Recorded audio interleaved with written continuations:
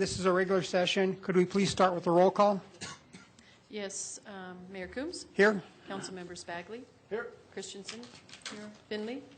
Here. Moore? Here. Peck? Here. And Santos? Here. Mayor Coombs, we have a quorum. Okay, let's stand for a pledge of allegiance.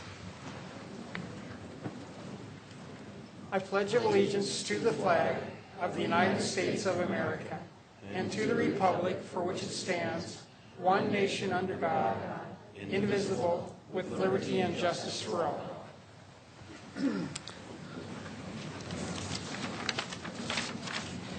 Anyone wishing to speak at first call, public invited to be heard, will need to add his or her name to the list outside the council chambers. Only all those on the list will be invited to speak at the first call, public invited to be heard. Speakers who do not place their name on the list will have the opportunity to speak during the public hearing items this evening or at the final call, public invited to be heard on any item at the end of the meeting.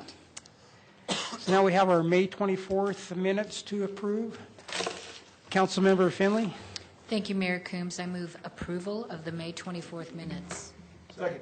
Okay, that's been moved and seconded. Let's vote.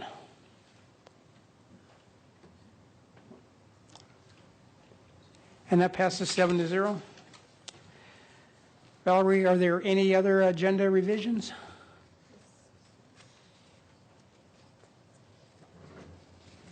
Yes, Mayor Coombs, I do have a couple of things. We have added consent agenda 8J to your agenda tonight. It's a resolution amending an IGA with the Colorado Department of Public Health for grant funding to stabilize the north bank of the St. Vrain Creek.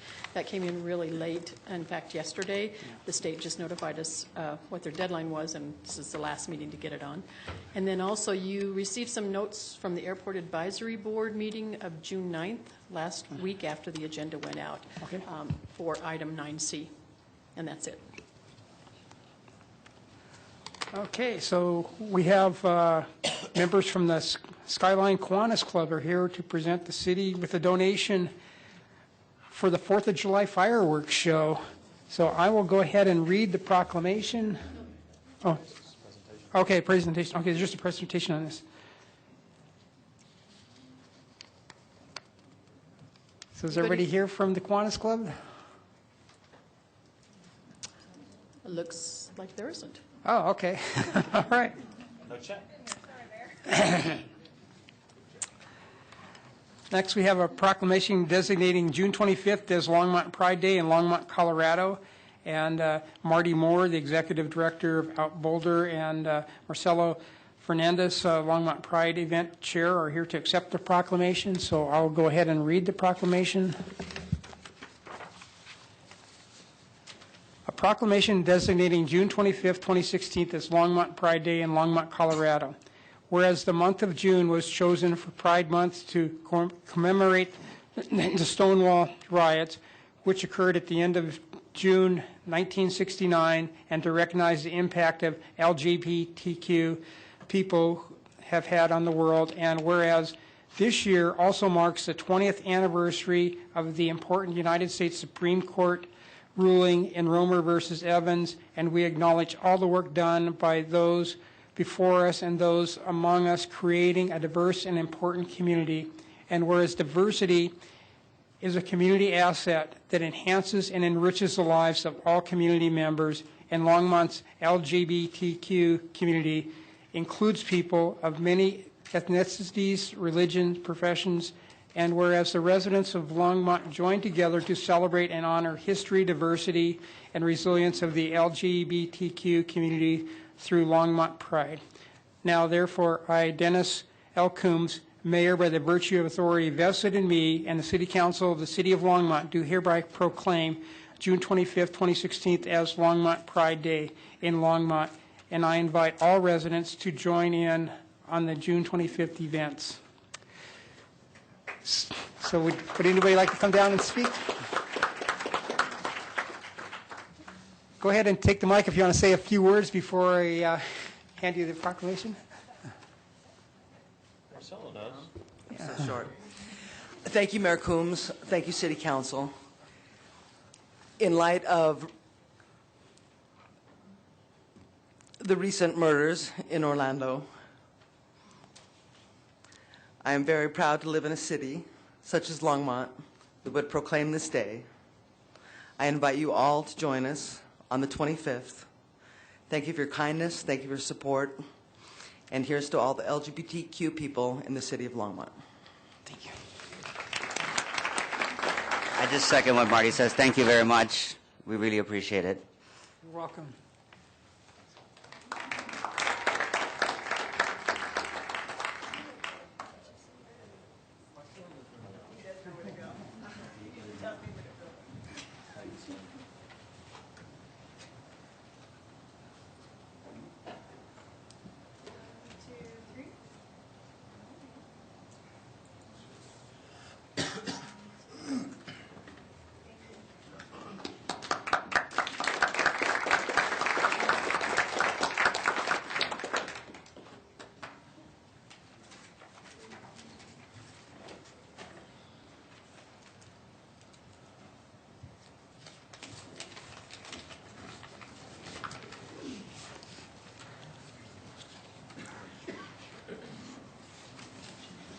Okay, next we have a proclamation designating June 22nd, 2016 as CrossFit Longmont Olympic Day in Longmont, Colorado.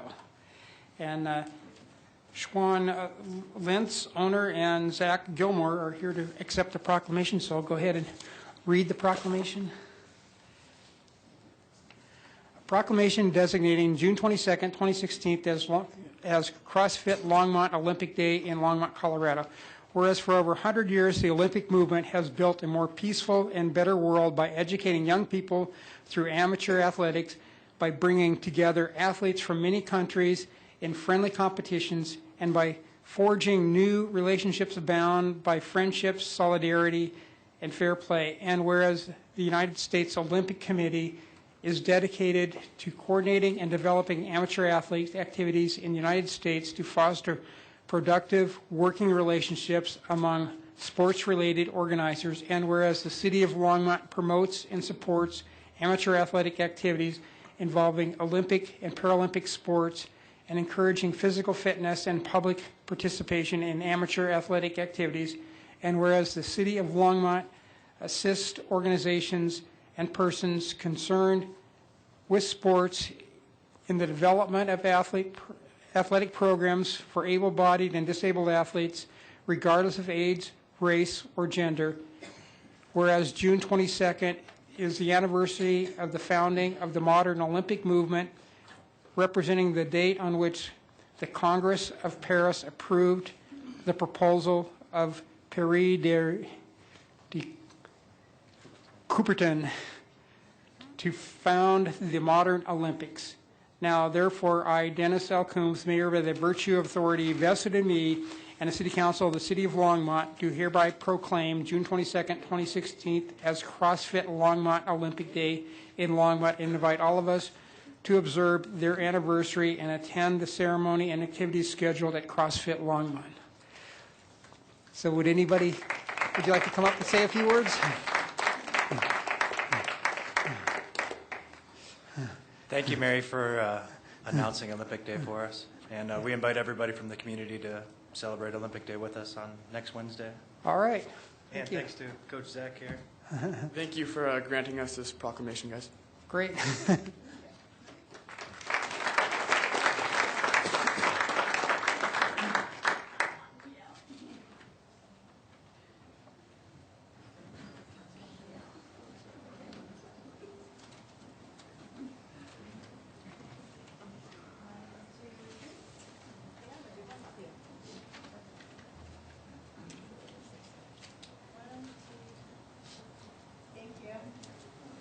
For all the rest of you.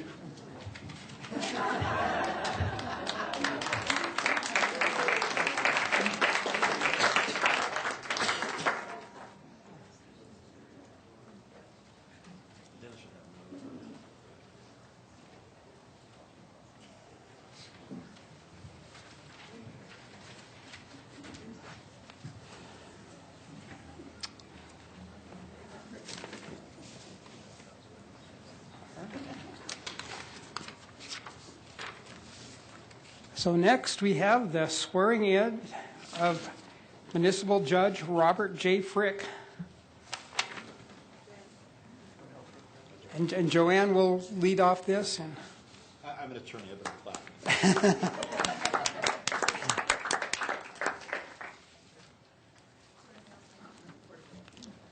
Does the portable go to the middle? Okay, there you go. So welcome everyone to the swearing-in ceremony for our new municipal judge, Robert J. Frick. It's been over 30 years since Longmont has welcomed a new judge, so we're very fortunate tonight to welcome the best judge we could have hoped for. Robert, we're grateful that you have accepted this new role, and we're happy that you've chosen Longmont for your municipal career. At this time, we have many judges in attendance. We would like them, if it's okay, to stand up and introduce themselves briefly.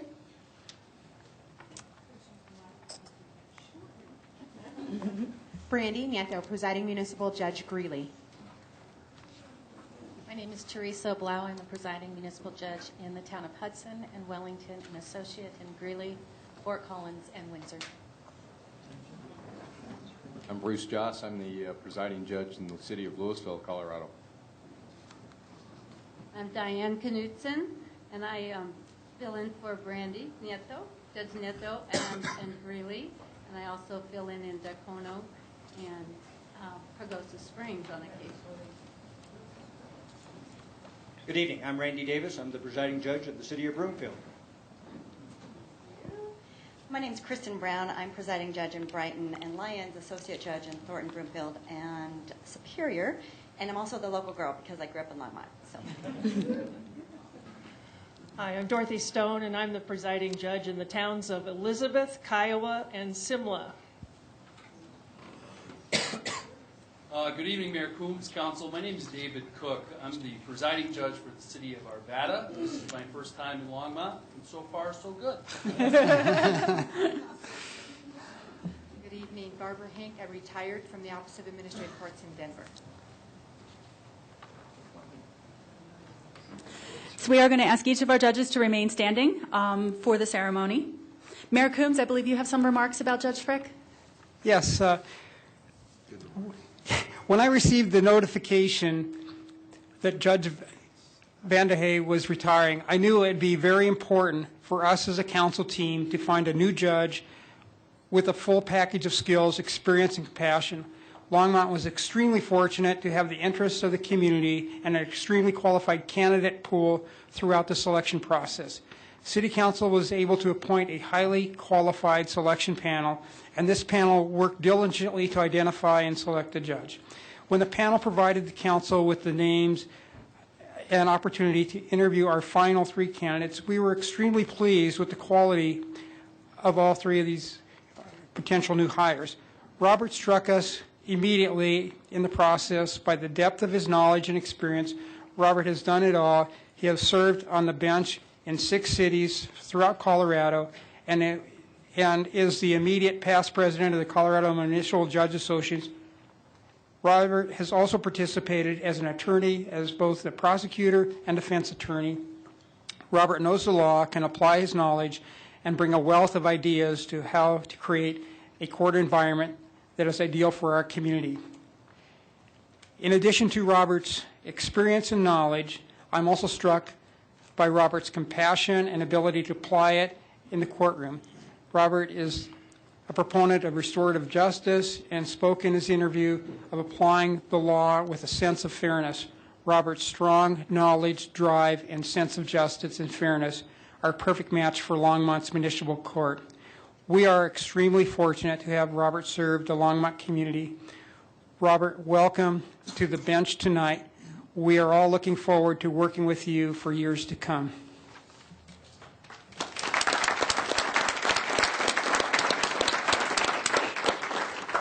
Hold on, I have one other individual that had requested to speak as well. Dan Benavidez from the search committee would want to make a few words.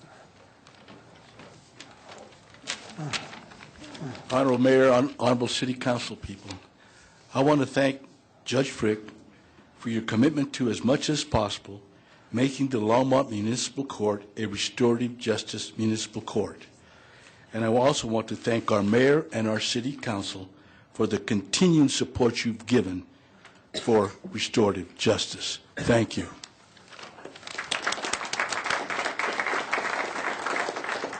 Judge Flowers, please administer the oath.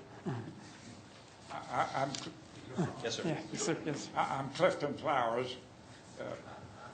Bob is our son-in-law, our beloved son-in-law. One of those. I'm delighted and honored to be here, and that Bob asked me to swear him in. I'm a retired chief district judge in Denver for some 20 years before I retired, and I'm very delighted that Bob has asked me to administer his oath of office. If you're ready. Repeat after me, please. I, Robert J. Frick, I, Robert J. Frick, do solemnly, sincerely, and truly declare and affirm that I will support the constitutions of the United States that I will support the constitutions of the United States and of the state of Colorado, and will faithfully perform the duties of the office of municipal judge for the city of Longmont, upon which I am about to enter. Congratulations.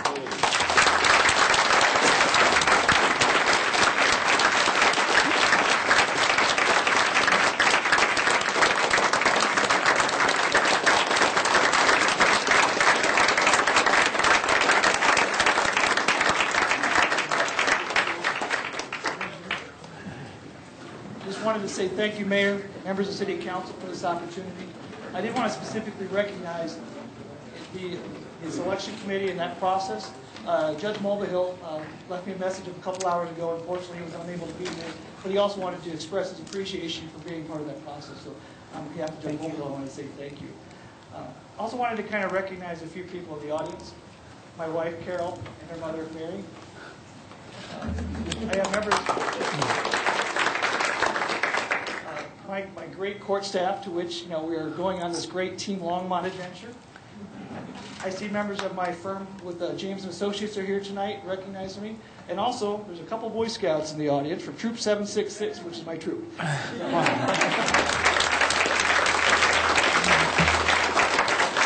want to say thank you all. I'm honored and humbled to have been selected as your municipal judge. Thank you.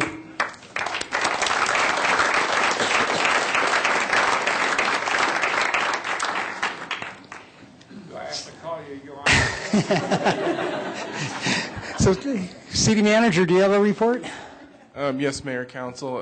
As you all know, late last week we identified that the emerald ash borer was found in Longmont. There's been a lot of questions, and so I've asked David Bell to come up and give a brief presentation regarding the current situation and how we're moving forward. David? Okay.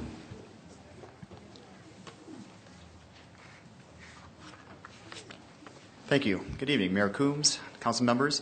My name is David Bell. I'm the Natural Resources Manager for the City of Longmont, and I'm here to give a very high-level overview of kind of what's happened since we found the ash borer in Longmont, what we're doing right now, what we're looking to do and planning to do with your support moving forward.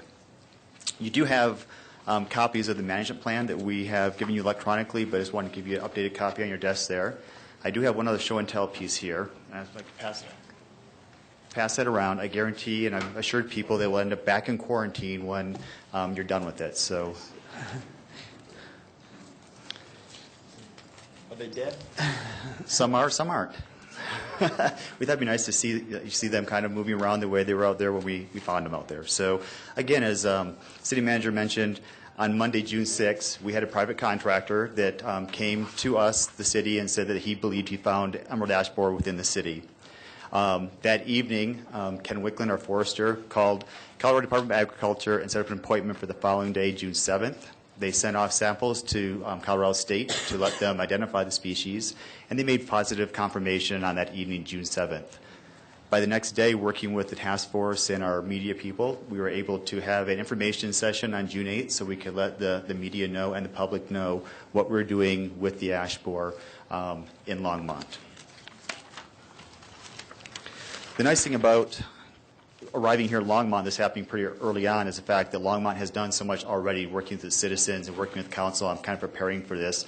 knowing that it was down in Boulder, and it'd be a matter of time before it was up here. So what we've already done is we actually have prepared the management plan and prepared that for the council. We've done trapping within the city. We've worked with multi-agency teams to help us better prepare for what happens when we find ash borer. We've done a lot of education outreach. We've done things as far as training with contractors, which really is the reason we found this. That contractor really gave the city a lot of credit for providing the trainings that allowed him to recognize the ash borer and bring it to our attention. We've done news releases, worked with Times Call, HOAs, and garden clubs. And we also started the removal of poor quality large ash trees in the city. So for the remainder of 2016, what we're really hoping to do is look at our ash inventory. And right now we have about 43,000 ash trees in the city of Longmont. Of those, 2,800 are owned and managed by the city. So if we look at those trees, we start looking at what we as part of a regional effort are going to do to manage our trees and based on what other entities are doing as well. So we've decided we want to take some high quality ash trees and try to preserve those. So of those 2,800 ash trees, we've identified 900 trees that are in very public areas and trees that we feel are worth saving.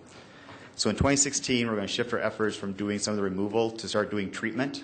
And Public Works and Natural Resources will begin to look at their budget and see how we can reprioritize and try to meet the needs of doing the treatment on about 300 of those 900 trees. The process, as I outlined in your packet there, will show that it really is a multi-year process that we'll be doing the treatment. So again, starting those 300 trees here in 2016, and those high visibility areas will be Thompson's Park, Collier Park, Sunset Park, and the golf course, Twin Peaks Golf Course, in downtown Longmont. We also want to make you aware that as we look at our budgets and try prioritizing things there may be the need to come back to council and ask for some appropriations if we just can't find those funds to do what we think is appropriate to get us through this year. As we move into 2017, we had already set our budget process in place, and we had identified funds and asked for funds to address emerald ash borer in 2017. So we're starting a little bit earlier than we're planning on, but you will be seeing stuff coming up in 2017 to really address this a little bit more aggressively. It becomes part of your budget request, and it'll be up to City Council then to kind of fit that in with all their other priorities out there and see how we are going to go ahead and to continue managing ash borer within the city. Other thing I just wanted to kind of remind people is this is a long process. Again, the treatment process is treatment, that's good for 3 years. We'll start the next process then. That group is good for 3 years. And then the removal process. We're looking at probably 10 to 15 years of really kind of managing these trees to make sure we're at a point where we've protected those trees that we feel are the ones that the citizens like to keep.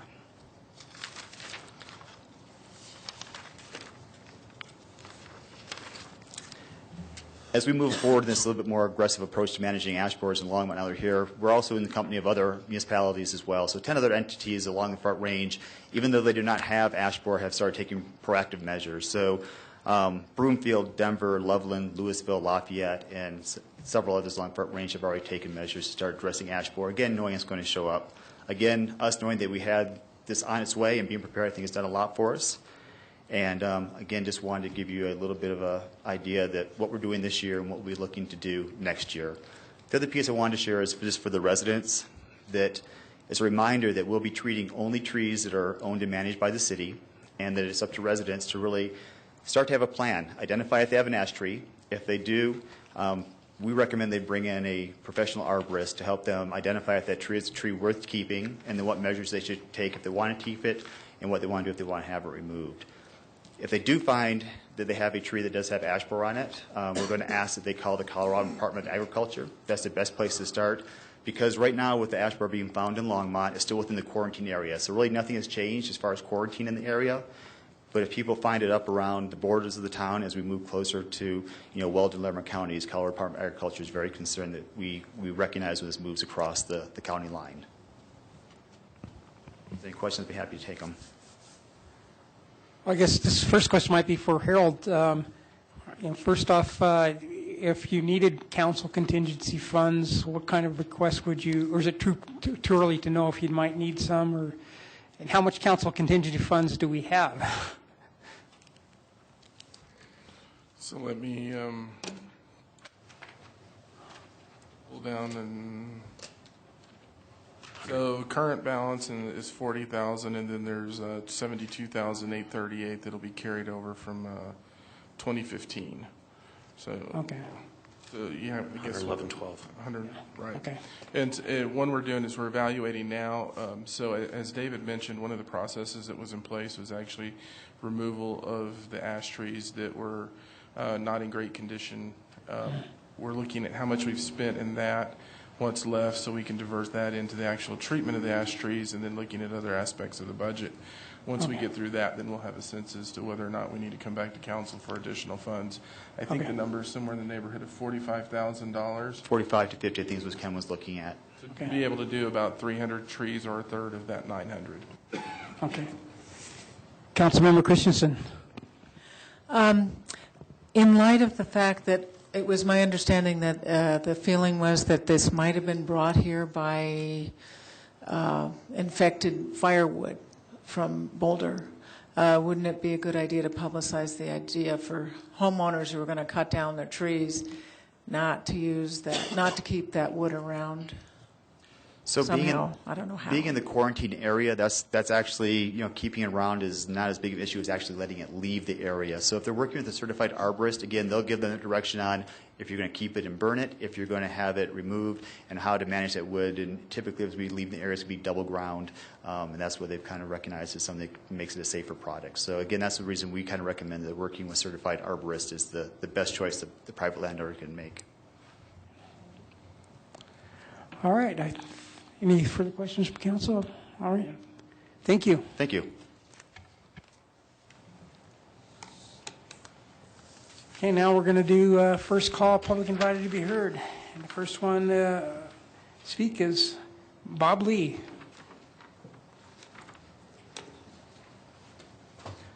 Good evening, Mayor Coombs, City Council members. I'm Bob Lee, 1320 Whitehall Drive, the awesome city of Longmont.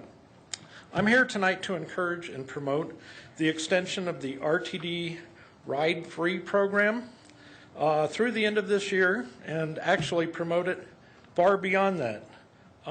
We have been in a situation where ridership on the bus system has been trending downwards for years, to the point where RTD was cautioning us that we could have a reduction in service.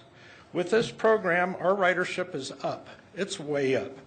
RTD has recently even expanded our service, increasing our 324 service, and this means that single occupancy vehicle trips are down. This means that emissions are down, cleaner air, congestion is down, means more downtown parking. Also, considering this is one of the big hot button topics for Envision Longmont, has been affordable housing. How can this help in affordable housing? For many families, the cost of owning a vehicle can easily be hundreds, $500 a month or more in car loan, interest on that loan, gas, insurance, and maintenance. By enabling a family to take the bus to work, to shopping, we can unburden them from that cost. This makes it affordable by not needing to spend that money on a car, so they can afford an apartment, a house. Even at full fare box buy-up for 2017 of $270,000 a year, the return on investment, I believe, is clearly one of the best transportation projects I can recall in years. We will have the following 6 months to explore some compromise fare box reductions with RTD. This service is available to almost every Longmont citizen and will have big impacts on Envision Longmont, Sustainable Longmont, numerous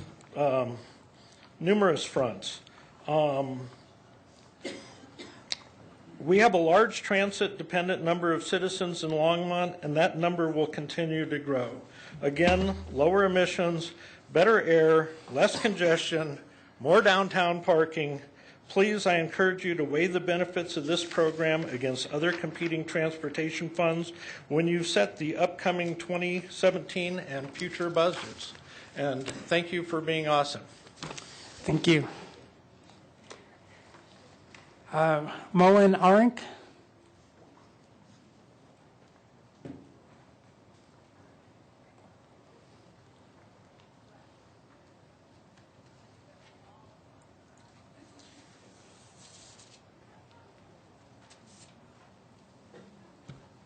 I'm tall, so I got to pull it up a little bit.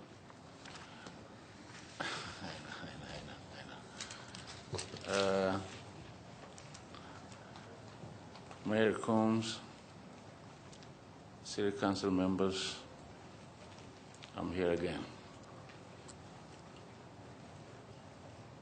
My appeal is always the same. By looking at your eyes, appealing to your hearts, that we have to do better.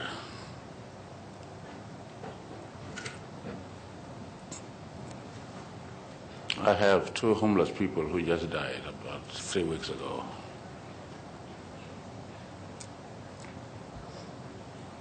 I'm not saying that it's justified. I'm not saying that it's the fault of their own.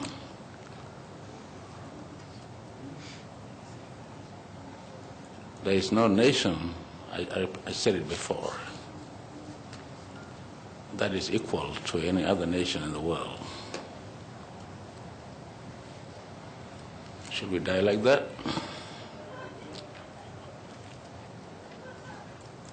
Should we pray and reconsider our thinking mechanism?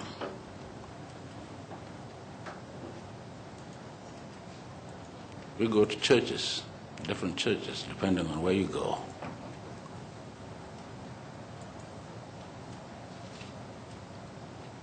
I don't belong there myself. We are people. And we need to take care of each other.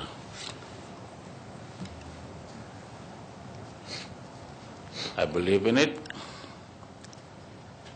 I know it.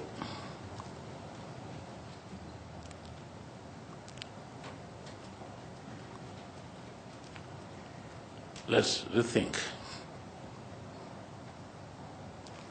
Thank you. Thank you. Wendell Challenger.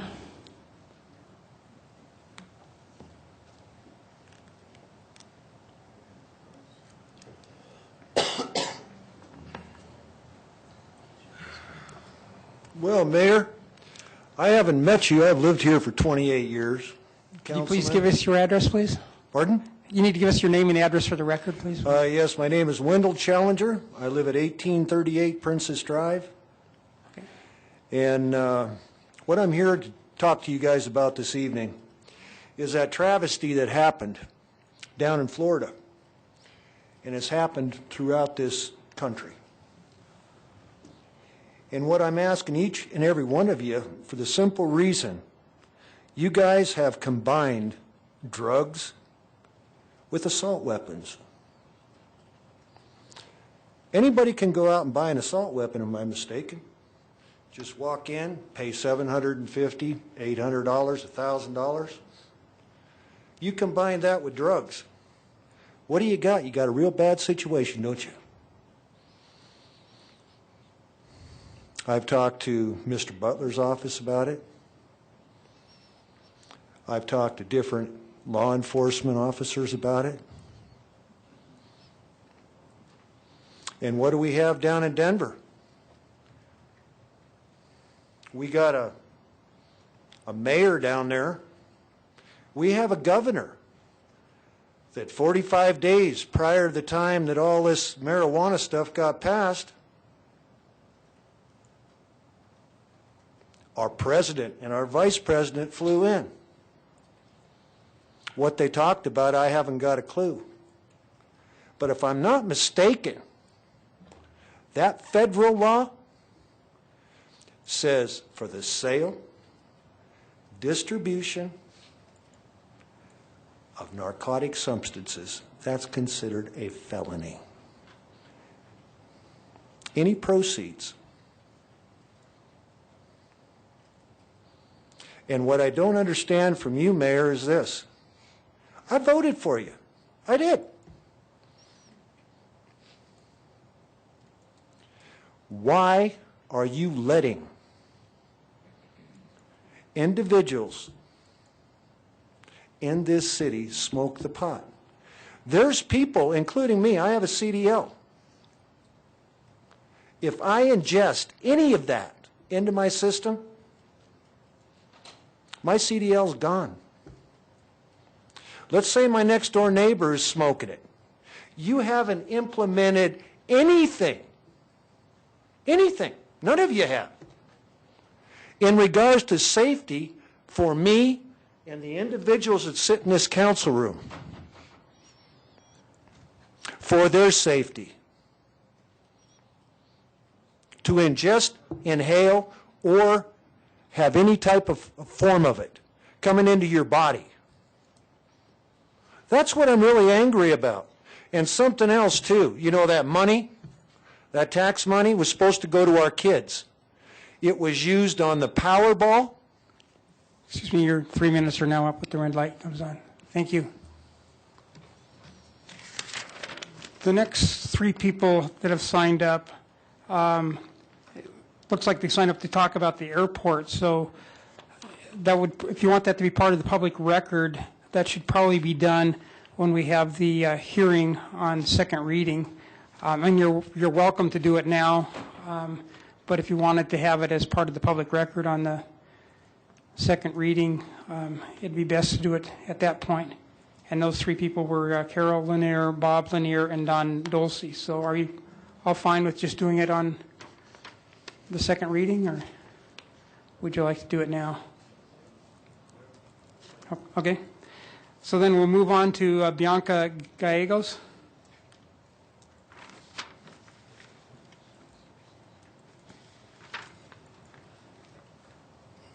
Hello, good evening. Good evening, Mayor Coombs and City Council members. I'm Bianca Gallegos, Latino Chamber Board President, 471 Main Street. I'm here representing our Executive Director, Jose Beteta, who you all know. He wishes he could be here to deliver this message personally, but he finds himself in Maryland as his father just passed away on Sunday from cancer.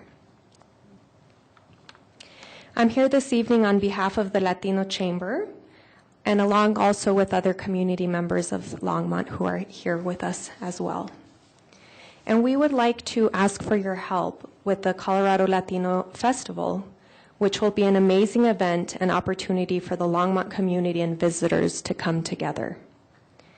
The Colorado Latino Festival is an event that was inspired by Latinos from Longmont and the vibrancy of the city and the example it sets for the rest of the state. We want to highlight the city's accomplishments, endeavors, and developments to our nearly 10,000 visitors for the festival. This festival will be the Mecca for Latino culture and will be the catalyst for new leaders, businesses, and civic engagements. Please help us with $10,000 to make this festival possible. This will make Longmont the top sponsor for our festival, thus helping us make our goal cost. Your support will help us show visitors from around the state how amazing Longmont is. Thank you for your support. Thank you. Paul Tiger.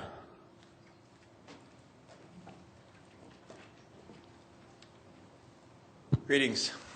Paul Tiger, 452 Main Street. I came here tonight to tell you about my park. So Rothrockdale Park, I've been coming here for years telling you about the crazy chainsaw lady and all the different things that had happened there. It was really decimated. And I don't know if it's because David Bell, because I don't think he's actually been here for longer than 5 minutes, but it could be. I like the guy. He was always trying to bust me for trespassing on open space, and he can't do that in Longmont because we don't really care where I'm trespassing. So the thing is that it's beautiful in the park. The rose bushes on the one side have been taken care of by a host of volunteers, docents in the park. There's a lot of trees, fruit trees. There's only one fir tree that I can think of that I've found, and so that's just a wonderful thing. So that's the upbeat thing that I wanted to say here tonight. The downbeat thing is that we've got some bad actors. We talked about this a couple of years ago. You, Mr. Bagley, actually addressed it, and this is about people in city vehicles, particular officers, driving on pedestrian paths. And it's happening again. However, it isn't police officers. It's animal control and code enforcement. I don't know why they feel a need to drive there. It's non-emergent. They're just driving along, and they're competing with cyclists, children, people on the path. Pedestrian paths are made for people. The folks at the city parks tell me that they actually will not bear the weight of vehicles. When we see parks vehicles on them, they usually have 2 wheels off to the side, maybe 1 on the path, 2 sets on the path. So I've asked some of the city management staff to look into that, and I'm making this as a public announcement for those people who feel that they can't get out of their vehicles, can't use bicycles, don't know why they're on the path, they're just looking around. They're actually making problems for the rest of us. They make the cops look bad, and the cops aren't on the when I see cops on the bike path, they're on bicycles. Yahoo! Okay, so let's just look into that. And by the way, I have an ashtray in my front yard that's been there for 25 years, and I'm pretty concerned about it. And I appreciate the work that Longmont's doing with trees. Thank you so much. Thank you. Marty Moore?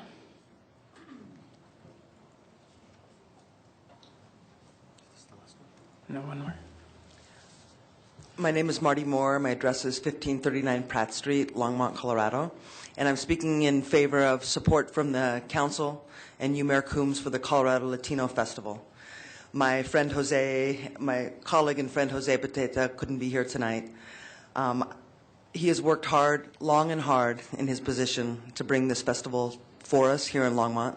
As a Colorado native and a longtime Boulder County and Longmont person, I know the impact of the Latino community, and Longmont as a city stepping forward to support this festival will be very important. Any support you can offer in a tight budget year will be very much appreciated. Thank you. Thank you. Marcela Fernandez. Hi, Marcelo Fernandez, 364 Main Street. Thank you guys for having me. I'm the owner of KCP Gallery, which is at 364 Main Street. I live upstairs, which I invite you all to visit. It's a community co-working space. It's really an investment for the community, but I'm also here to support the Latino Festival. I think it's very important. Whatever you can do would be much appreciated. Thank you. Thank you.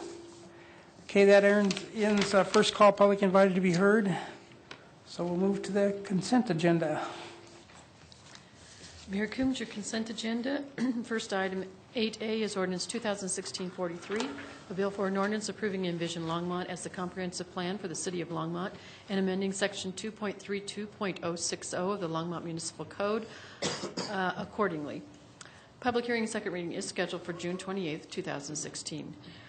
8B is ordinance 2016-44, a bill for an ordinance making additional appropriations for the expenses and liabilities of the city of Longmont for the fiscal year beginning January 1st, 2016. Public hearing and second reading is scheduled for June 28th, 2016. 8C is ordinance 2016-45, a bill for an ordinance authorizing the lease agreement between the city and John A. Thacker for real property known as 525 3rd Avenue, number 209. Public hearing and second reading is scheduled for June 28th. Item 8D is ordinance 2016-46, a bill for an ordinance designating the Nicholas House at 1266 Longs Peak Avenue as a local historic landmark. Public hearing second reading scheduled for June 28th. Item 8E is resolution 2016-59, approving the amendment to the intergovernmental agreement between the city and Boulder County for free local bus service on the Longmont 300 series routes. Item 8F is resolution 2016-60, finding that the petition for annexation of certain parcels of land located in Boulder County, state of Colorado, known as the Fairgrounds Marketplace Annexation, generally located west of Hover Street and north of Likens Gulch, substantially complies with the Colorado Revised Statutes, Section 3112-1071. Item 8G is Resolution 2016-61, approving the Home Consortium Intergovernmental Agreement between the city and county of Broomfield, Boulder County, and the city of Boulder. Item 8H is Resolution 2016-62, approving the intergovernmental agreement between the city and Boulder County for a licensed provider fiscal agreement for child care services. Item 8I is Resolution 2016-63, approving the intergovernmental agreement between the city and the Colorado State Patrol Academy for use of the Academy driving track. And item 8J is Resolution 2064, approving the First Amendment to the intergovernmental agreement between the city and the Colorado Department of Health and Environment for grant funding to stabilize the north bank of the St. Vrain Creek to protect the city's wastewater treatment plant. And staff does not have a need to pull any items. Councilmember Peck. Thank you, Mayor Coombs. I'd like to pull item 2016-43. A, yes. Councilmember Bagley. Thank you, Mayor Coombs. I move passage of the consent agenda minus or less A, ordinance 2016-43. All right. The consent agenda minus A has been moved and seconded, so let's vote on that.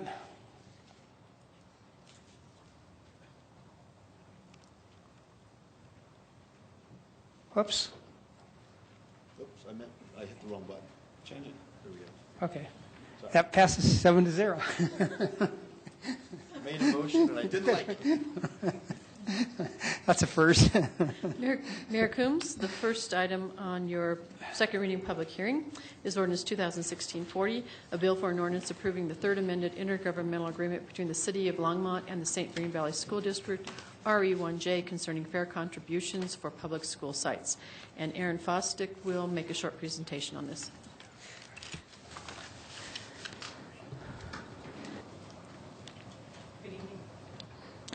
Good evening, Mayor Coombs, members of council. I'm Erin Fosdick with the Planning and Development Services Department. I'm also joined tonight by Ryan Craigrud with the St. Vrain Valley School District. And tonight what is in front of you is an intergovernmental agreement concerning fair contributions for public school sites.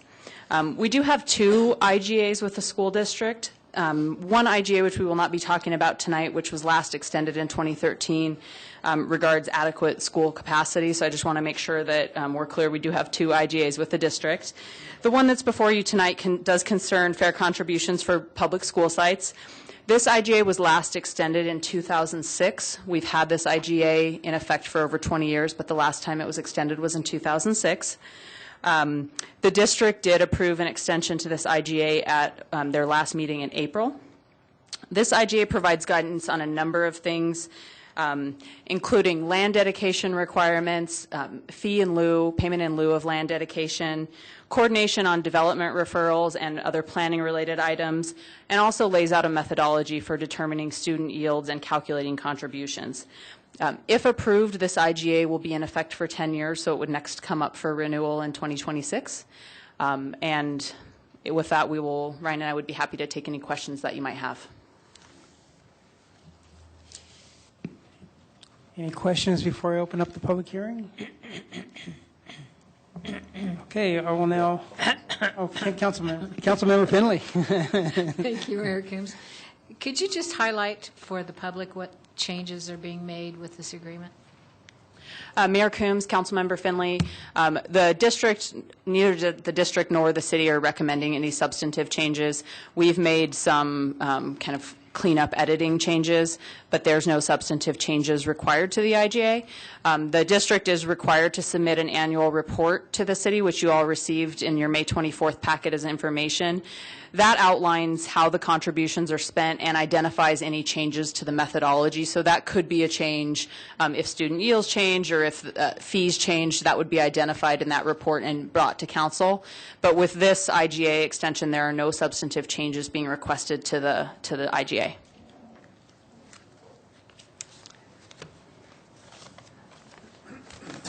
All right, I'll go ahead and open up the public hearing on ordinance 2016-40. Is there anybody from the audience that would like to speak at this time? I guess seeing no one, I'll close the public hearing. Councilmember Finley. Thank you, Mayor Coombs. I would move passage of ordinance 2016-40. Second. All right, it's been moved and seconded. Let's vote on ordinance 2016-40.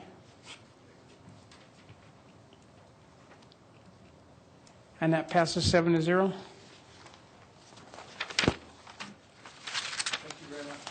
Mayor Coombs, your next item is ordinance 2016-41, a bill for an ordinance amending chapters 14.04 and 14.09 of the Longmont Municipal Code regarding water service and supply. And we do not have a formal staff presentation on this item. Okay, any comments, questions from council? I have some. Councilmember Finley. Thank you, Mayor Coombs. Do we have somebody who can answer some questions for me? Awesome. So, what would happen right now if another city wanted to purchase water from us? What would that process look like without this ordinance? Thank you, Mayor, Councilmember Finley. Ken Houston, I'm the Water Resources Manager for the City of Longmont. And currently, if someone wanted to purchase water, am I correct in that was your question? If they wanted to purchase water from Longmont, that would, in terms of actually purchasing some of our water rights, that actually requires a vote of the public. Our city charter does not allow even city council authority to sell a water right. So if they wanted to purchase water, it would require a vote, even absent this ordinance. In terms of purchasing it on a short-term basis, where we would enter into a contract, if it's for less than 20 years, our charter also doesn't allow us to lease water or rent water, so to speak, for more than 20 years. But for 1 to 20 years, then they would have to enter into a formal water supply agreement. And the process for that is to work with staff to develop that agreement. That agreement then goes to Water Board for review and recommendation, and then would come to City Council for action. So the city council would vote on it minus this ordinance either way? That is correct. Okay. So how would this ordinance make that process different, other than the next city council would have to overturn that ordinance in order to, is that the difference? Probably the most significant difference is the process for water, which is in what is termed the water supply review zone area, is that staff can't even act upon a request. That request actually has to first come to council and be, council has to find that there's, kind of a benefit to the citizens.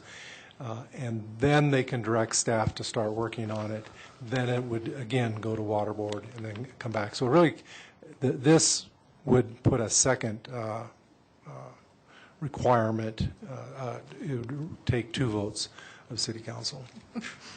Okay, thanks for answering my question. When we passed this on first reading, I had some difficulties with it, but understanding that council could overturn it at any time gave me, well, maybe we ought to take a look at it. But this ordinance just smacks of elitism, isolationism, NIMBYism, all rolled into one. And it says to the outside world, stay out, we don't like you, you can't have our water. Thanks to past councils, we have lots of water for it to take us into the future. And I don't know why we shouldn't be able to use that asset in years when we have surplus to offset costs for infrastructure. That just makes good business sense and makes us a good steward of that asset. That makes far more sense to me than thumbing our nose at our neighbors and the oil and gas industry. We state in the ordinance that we will only consider agreements that clearly benefit the citizens on one hand, which we do by charter, I understand. But then we also state that we won't sell to oil and gas companies, which clearly benefit everyone who uses electricity, heats a home, or drives a car. That makes no sense to me either. Why would we not use our resource as a bargaining tool with our neighbors to negotiate future wants and needs? I know that any council can overturn these provisions and ordinance at any time, but this just is bad public policy, and I won't be voting for it.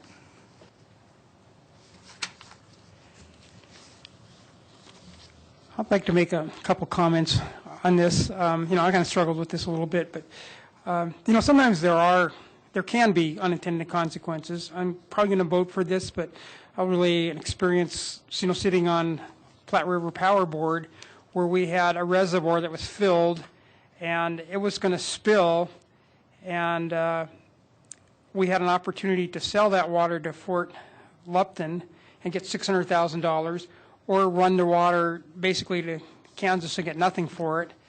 And although we weren't selling it directly to Gas and Oil, there wasn't anything that's going to stop Fort Lupton to turn around and sell it to Gas and Oil. But, when I sit on Platte River Power Board, my allegiance is to Platte River Power and, and the ratepayers. And so, I supported that. So, sometimes, and I think in the future, if we have opportunities where we have really flush years of water and all of our reservoirs are filled, and because it is a good wet year and the farmers might not need water, and there is an opportunity to sell water to Gas and Oil that's, not going to be used, in our city or around us, I guess I wouldn't be opposed to leveraging that asset and getting money for it. Natural gas, right now we're getting natural gas at $2 a decatherm, which is great for business. Nobody wants natural gas developed in our residentially zoned neighborhoods or near us, but it's like people say, well, I like to eat beef, but I don't want, a cattle ranch right next to my home. So it's kind of the same thing. But, natural gas has a place in our society right now because it's the only thing that allows us to integrate a lot of solar and wind into our energy portfolio, because it's the only thing you can vary up and down quickly. You can't do it with coal. And for every megawatt that you use natural gas for to produce energy, it produces, quite a bit less CO2 than coal does. So it's good for our environment. So, I'm not against the gas and oil industry. I was against them drilling and fracking in Longmont, but I'm not against them. It's I think I'm going to, I do support the concept of, not doing long-term leases with, I'm not against short-term leases to our neighbors that need it short-term, but, long-term leases that allows them to develop, right up to our borders. I guess I'm not too excited about that, but yeah.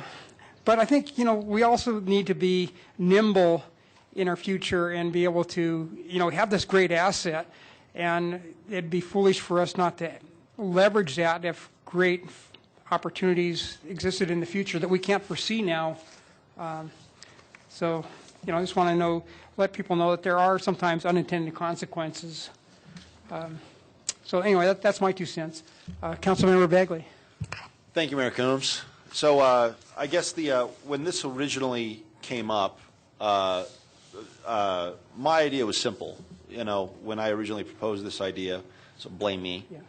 But you can blame me. But the reality is, so when it first came up, my thoughts were, what do we do, A, to discourage our neighbors, whether we like them, love them, hate them, whatever, from building on Longmont's borders, and at the same time encouraging people to decide and approach Longmont in order to annex into us as they grow between Longmont and I-25. Now, what's changed this week is that I got a call a couple weeks ago from Ann Carto with the Colorado Oil and Gas Association, and she asked me politely, what's going on in Longmont? Fill me in. So I gave her a brief, 15, 20-minute education on what's gone on with our oil and gas regs, and at least from my perspective. And at the end, she said she was politely going to oppose this. And I said, well, I'm sorry, but I'm going to vote for it. And to me, it's not about the oil and gas. You know, I'm kind of with Councilmember Finley and Mayor Coombs. We all use gas. I just don't want it drilled in our living room, so to speak.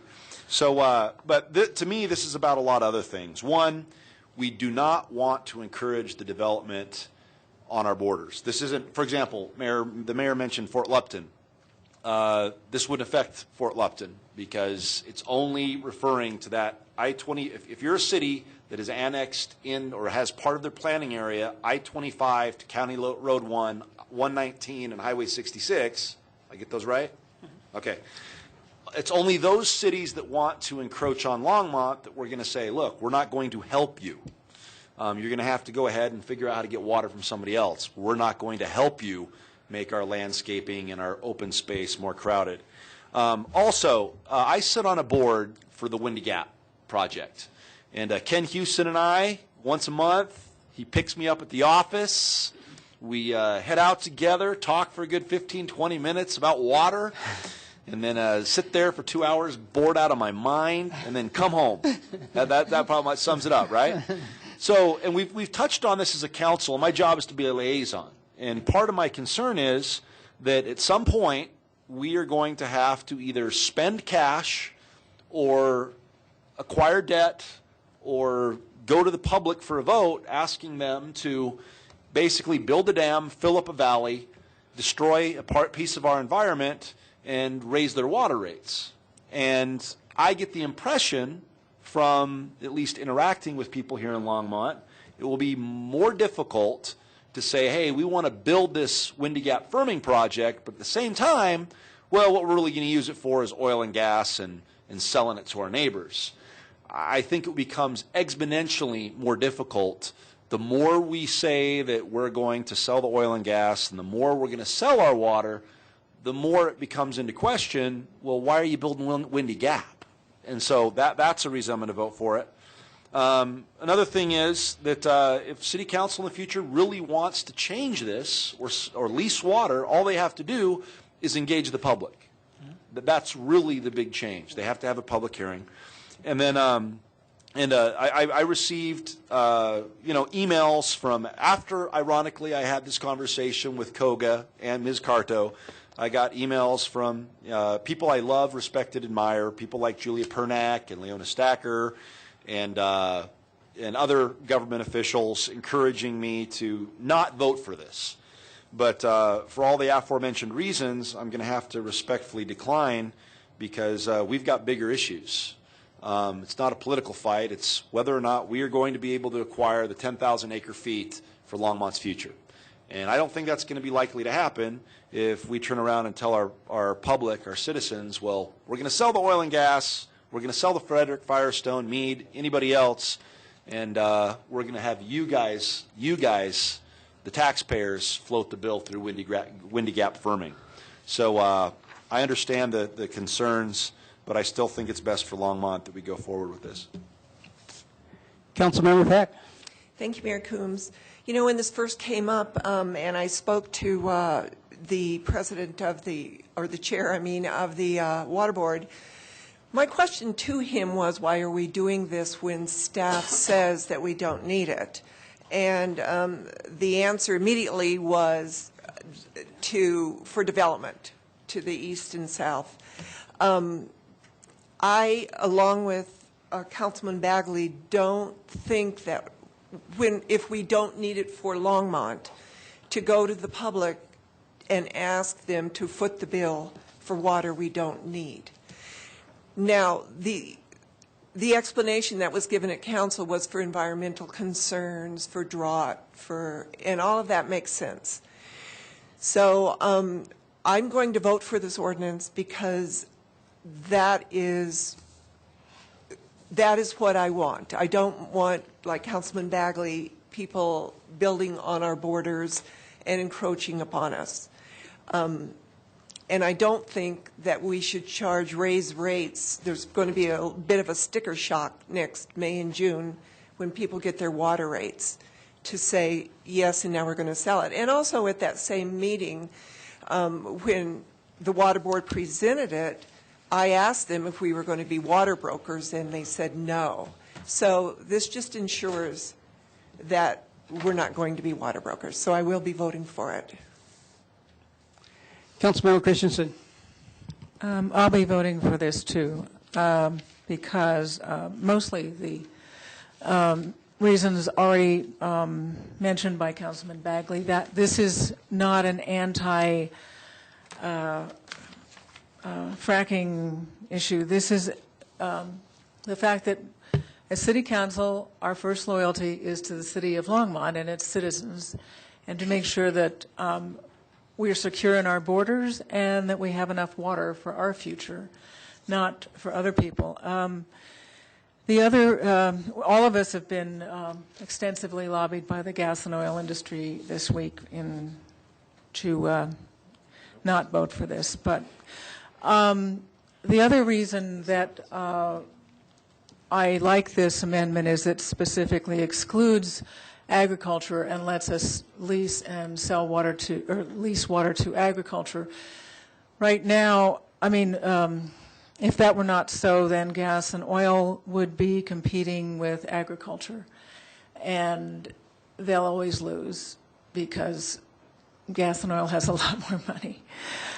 We are an agricultural town, and we need to be sure that we maintain that heritage and have enough water resources for our farmers and for all the agricultural industry here.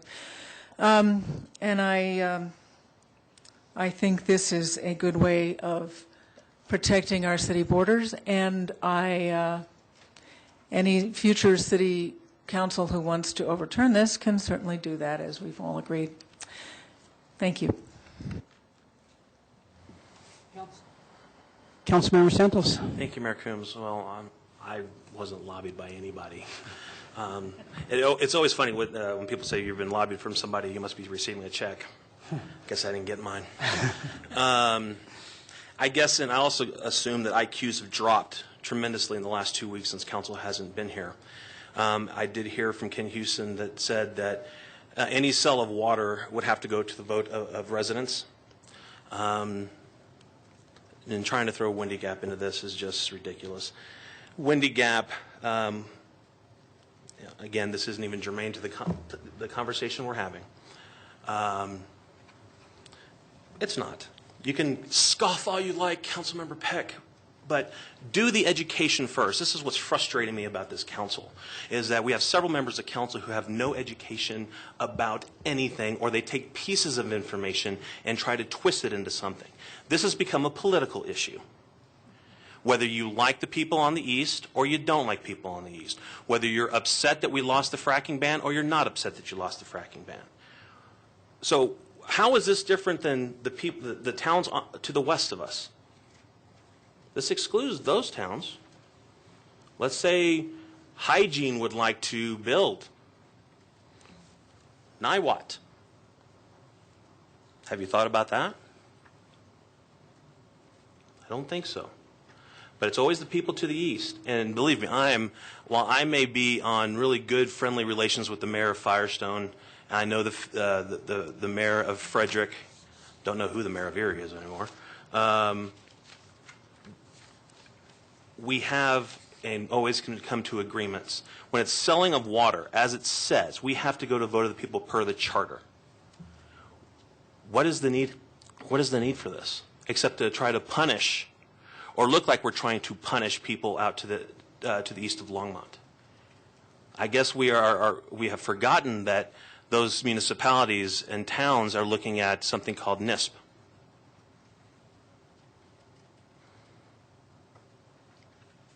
So whether, and I'm not, when this came up, when Windy Gap came up, I was not even considering selling water, because if you've read the charter and understand the rules of how we are supposed to behave, or the rules that we are at when we take the oath of office to be a city council member or mayor for the city of Longmont, you understand what the charter says. You do a little bit more research instead of the perhaps 2 years or 6 months or 7 months that you've been on council. This is, all this does is try to punish people to the east. And again, if we have to, if water's to be sold, it goes to the vote of the people. This is not needed. It's again, it's a political football, and some people are trying to score a touchdown. Councilmember Finley. Thank you, Mayor Coombs. You know, our loyalty is to Longmont, and in a big surplus year of water, not to use that resource to help offset possible increases in fees and to help with our infrastructure makes no sense whatsoever. This is what, if it were in the legislature, what we would call a message ordinance. It's sending a message, and it's not needed. I don't like the message. Like I say, it's elitist, it's isolationist. It's not allowing us to use a possible resource that, you know, and it doesn't really change much of the process other than adding another layer of regulation, which I don't think anybody's in favor of. So I guess we'll be sending a message, but I won't be voting for it. Councilmember Peck, do you want to turn yours off and let Jeff speak first and then get in the queue right behind him? Sure. Since he hasn't had a chance. Councilmember Moore. Thank you, Mayor Coombs. Well, when I was attending the water board meetings, because I am the liaison there, they are crafting this ordinance around the direction from council, which was to come back with an ordinance that does exactly this. And I think it's important to understand we can still lease water on a short-term basis. So that using that resource on spill years is still available. Leasing the farm land will be also something that's right up front and straightforward. So I just, the prohibition on selling to oil and gas is something that was requested from council. So that's why it's in there. And the water board approved this unanimously. And I am going to support this ordinance and moving forward. And like I said, the future councils, like has been said several times, can change it in the future. Councilmember Peck. Thank you, Mayor Coombs. I would like to thank Councilwoman Finley for asking about selling the water so that we can confirm it to the public, that if we sell it, it must go to the public for a vote. And I'm really happy that she read the entire charter. Thank you. Okay, I'm going to now open up the public hearing on ordinance 2016-41. Is there anybody from the public that'd like to speak on this ordinance at this time? I guess seeing no one, I'll close the public hearing on ordinance 2016-41. Councilmember Santos? Thank you, Mayor Coombs. I move that we deny ordinance 2016-41. Okay, that's been moved and seconded. Let's vote on that motion.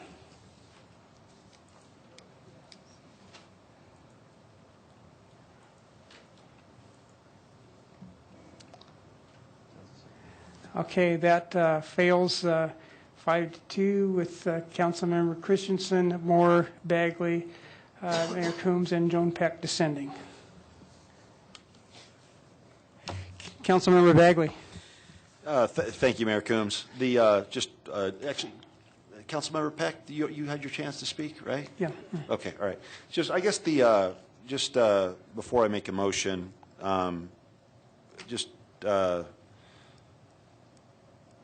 love you guys, everybody. I've been on the minority. I've been on the minority side of things a time or two. I know it's not easy, but just for the record, I feel not an expert, but I'm fairly qualified, and I think what this ordinance does, and I'm not trying to send a message. I just want to. No, I'm not, and I believe that until we were contacted by emails and phone calls this week, certain of us said we weren't lobbied. We certainly were contacted because everybody's email was. A lot of the emails were copied to my fellow council members. So the reasons I stated before continue to be my reasons, and I'm just voting what I think is best. So with that, I actually move passage of ordinance 2016-42, or 9C. No, I'm sorry, 9B, or ordinance 2016-41. Yeah, okay. All right, that's been moved and seconded. You know, I guess I'm comfortable with this because I know if we do have a situation where we can leverage this asset on a short-term lease, all it takes is a public hearing and an ordinance to do that short-term lease. And I know that City Council is smart enough to look out for the citizens and know how to leverage this asset to help the ratepayers and the citizens of Longmont. So, and this doesn't preclude us from doing that. So I'm going to support this. So we've got a motion. It's been seconded. Let's vote.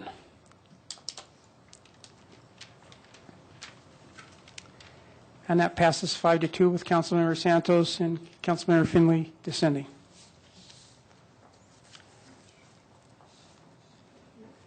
Mayor Coombs, your next item is ordinance 2016-42, a bill for an ordinance amending Title 13, Chapter 13.39 of the Longmont Municipal Code on the Van Sprand Airport rules and regulations, including the adoption by reference of the minimum standards for commercial service providers, Van Sprand Municipal Airport. I move we adjourn. David Slater is here to make a presentation. Motion and a second. Motion to adjourn. Second. I was kidding. I withdraw the motion. Okay with the second? I don't need it. Go on. Evening, Mayor and Council. David Slater, Airport Manager for the City of Longmont. Since the first reading, there were some suggested edits and revisions to the rules and regulations as well as the minimum standards, and I wanted to take a moment to go over that and along with some supplemental feedback and information since the advisory board meeting.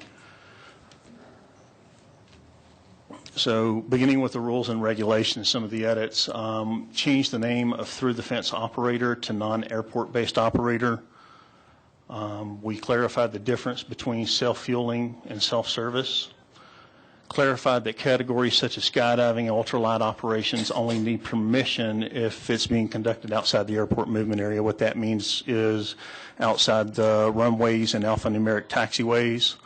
For instance, in the public use area, that's where they would need permission, but if they're operating within the movement area, they would not.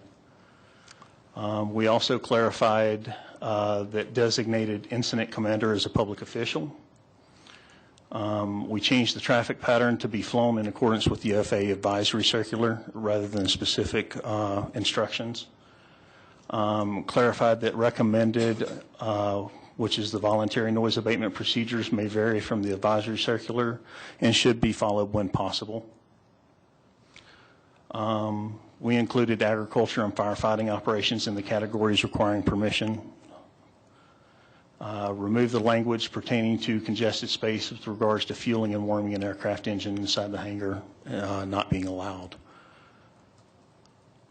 The feedback that we received, the following are areas in which the Airport Advisory Board asked questions, and after discussion and explanation by city staff, did not have objections to those edits and approved the rules and regulations recommended for council's consideration. With regards to changing the through the fence name, the staff explained the board had asked for independent operators, and the staff explained why non-airport based operator was chosen. There wasn't any objection from the board. It was basically to be more descriptive of exactly what that operator is. Adding denial of use may extend until the violation is resolved. That was pertaining to the denial of use of the airport and airport facilities for reasons of safety. Staff explained that reason wasn't necessary in that there was already a resolution process in place. And based off that explanation, there was no objection from the board with not adding that additional language. Under painting, changing the words from Chapter 4 of the International Building Code to Chapter 2 of the International Fire Code. There was an explanation based off the fact that Chapter 4 of the International Building Code actually address what was being addressed in that particular section, which was the building itself, the hangar, not the contents that was stored in it. After hearing the explanation, there were no objections. We removed the section requiring information to be provided to the airport manager pertaining to based aircraft. Staff did explain that this information is not kept on file with the City of Longmont and is reported to the database used by the FAA for accurate based aircraft counts, and why that information was necessary. During that time, there was a motion to accept the rules and regulations. There was a motion to amend that motion to strike the section pertaining to this requirement. No second was ever received on that amendment. Therefore, the amendment motion did not pass. Some of the other feedback was... Just a second, David. Councilmember Bagley would like to ask you a question. Can you go back to that slide, David? So it is in there, or it is not? So the section requiring that we provide you information on aircraft remains in there? That's correct. And it was tried to be taken out, but it failed. That's correct. And then was there discussion by the Airport Advisory Board as to why it failed? Not to my knowledge. During the meeting, there wasn't discussion as to why it failed, other than that it never received a second. Right. And then I guess my other question is, now currently, is there a process in place where Longmont requires aircraft to be registered with the city? The registration information of the aircraft is required through the lease currently. And that will continue the same? Is that the process? Or That's the current process. So with regards to the aircraft registration, that information is loaded into a basedaircraft.com, which is a database that the FAA uses for accurate based aircraft counts. So that's what we're getting. That's what the rules and regs requires. They don't need to go to you and get a permit. That's correct. They just provide the information of the aircraft registration number so that we can input that information into the database. I only wanted to clarify because we received some correspondence today where the perception was that they would have to approach you, get a license or permit, rather than what you just described. So I just wanted to clarify that. Thank you.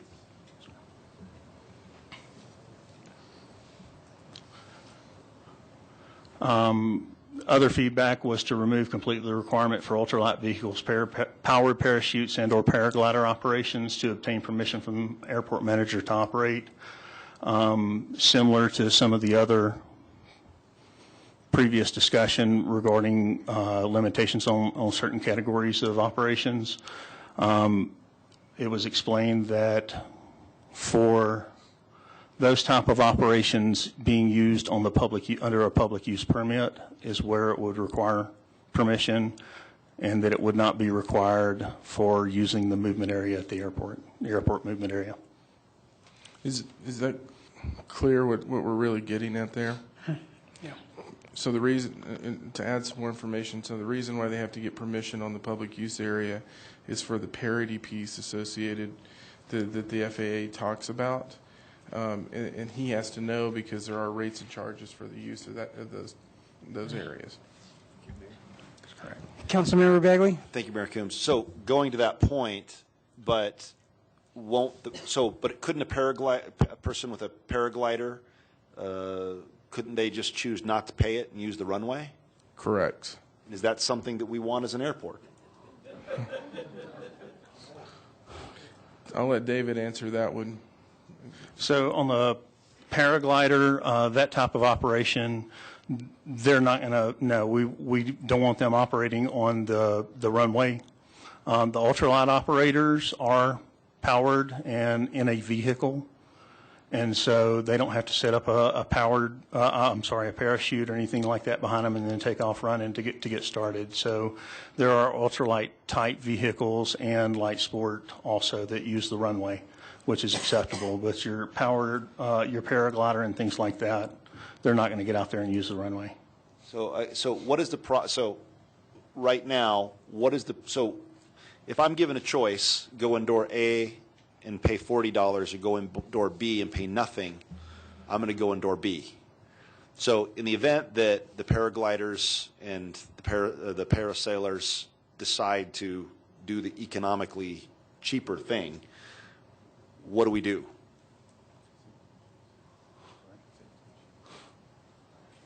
And I would have brought this up before, but I didn't. It just clicked. So that would be where we bring the FAA in and explain that this is a safety issue and it's not conducive with the normal flow of traffic, and that's when we wouldn't allow it. But the FAA has to be the one to determine that that type of activity isn't allowed on the runway. All right. Would you, obviously keep us surprised? And, I would rather get rid of this and risk a conversation with the FAA and explain why we did it versus put it in, have Harry Carey on the runway, and then they come in after the fact. Because Mayor Coombs, Councilmember Bagley, that's certainly something that we can address in your motion or in voting, is to address that during that time, and then we can make those amendments and changes.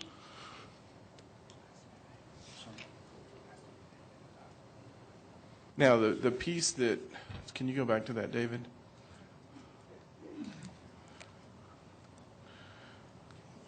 So you would have to leave this in for the ultralights because they can utilize it because of the powered vehicle. It would be the powered parachute and paragliders that you're talking about. Correct? Okay. Councilmember Bagley? Thank you, Mayor Coombs. But my only, and I don't know, I know just enough about the airport and flying to be really dangerous. My question is, do the parasailers, the little mechanized, planes you're referring to, does the $40 apply to them too? Or no? Mayor Coombs, Councilmember Bagley, no, sir, not if they're operating on the runway, which they currently do. Okay, so they're currently operating on it now, and even though you say 40 or nothing, if they go nothing, it's not a big deal because they're currently doing it and we're all used to it. Right. Yeah. Right? Okay, thank you.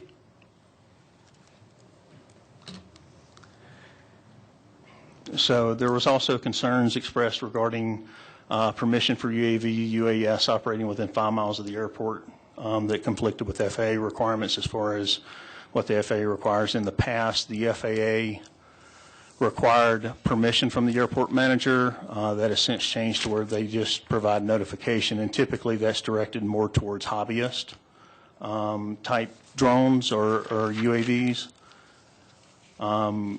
So we explained that the requirement agrees with the FAA, but added wording, getting permission may be a requirement in the event that there's current discussion within the FAA of addressing that very specific issue of operating within 5 miles of the airport. It's still up in the air. And with that discussion going on, we want to be prepared to, in the event that they do change back to the way they originally had it, to be able to address that. Now, that also does allow on airport, anything outside the airport boundaries, these rules and regulations don't apply for those types of purposes, but within the airport boundaries they do. And we want to make sure that we're operating within a safe environment. And typically those apply to the drones that are between 0.55 pounds and 55 pounds.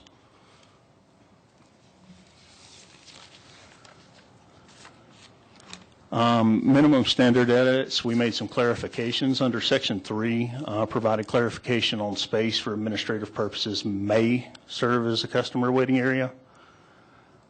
Section 4 provided for other information to serve as financial information that will demonstrate applicants' ability to meet financial obligations to the City of Longmont. So it's not just a financial statement. It could be those other items that we listed, such as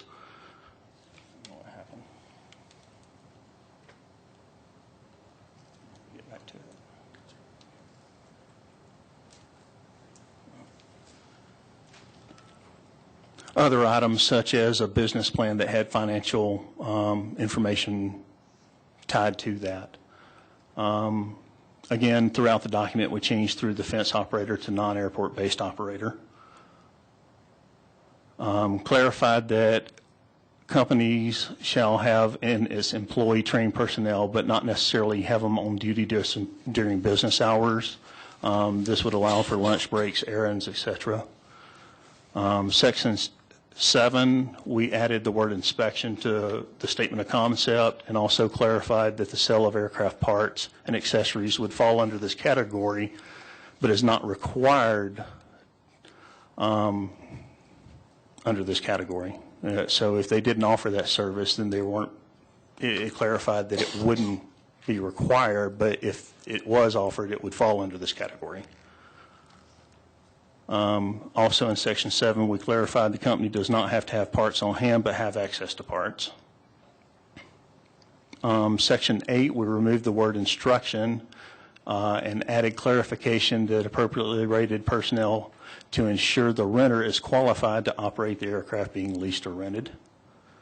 Section 14, we clarified that if the company chooses to provide certain services, then only in those instances do they need to demonstrate sufficiently trained personnel to meet this requirement. Some of the feedback that we received from the advisory board is that they asked that it be additional clarification added to explain that an existing on-airport service provider could subcontract with someone not based at the airport to provide a service not offered at the airport without incurring the associated fee to the non-airport based operators. Staff explained that this scenario is already an allowable practice without violating grant assurances, whether it's called out in the document or not. Although it is not necessary, we have prepared language should the City Council wish to choose to include that clarification. Yeah.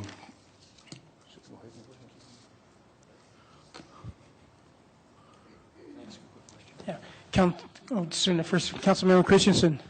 I'm wondering, well, we received, all of us, I believe, received some communication just as we got here tonight from Robert Lagner. And one thing he points out from is that the Airport Cooperative Research Program, which is the National Academy of Sciences report, refers to the difference between independent operators and TTF operations through the fence operation. And I'm wondering why we changed this language, which I prefer to through the fence, but why wouldn't we use something that's consistent with how they refer to it, which is an independent service operator, instead of a non-airport based operator? Mayor Coombs, Councilmember Christensen, basically what we're referencing is the fact that there were concerns over whether or not the commercial through the fence type operation met the strict definition of how the FAA worded it. And rather than having a disagreement over that specifically, even though the FAA has a policy that addresses that, we decided to change the terminology so that it would meet what FAA Order 5190.6B references as a non-tenant. Under I believe it's Chapter 9, Section 9.2, it talks about regardless of whether you're an air carrier, a base tenant, or a non-tenant, that you would be charged similar rates. So rather than going into a debate or discussion of whether or not it should be called a through the fence operator, the idea that it's a non-tenant is what still applies, and to be more descriptive, it's a non-airport based tenant or operator. Therefore, that's why staff chose that language, is because it's more descriptive of what a non-tenant is in this particular instance.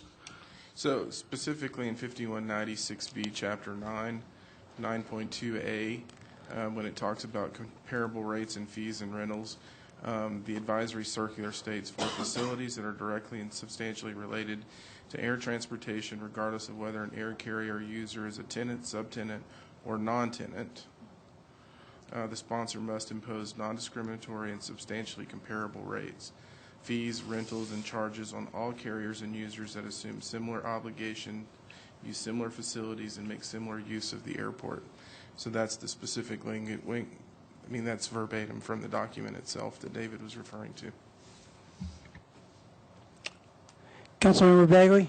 Thank you, Mayor Coombs. So I've got a question and a statement. First question is, can you point out where exactly in the document currently that permits an on-airport service provider to provide services via could you show where an existing on-airport service provider can subcontract with someone not based at the airport to provide services without having to pay the fee? Mayor Coombs, Councilmember Bagley, no, sir, not in the document that we have proposed. As I mentioned, that is an allowable way to do business. I've had this conversation with Mark Miller at the FAA, and that is acceptable, whether it's called out in the document or not. Again, I have prepared language, and I'll be happy to provide that language to Mayor and Council at this time, if you like.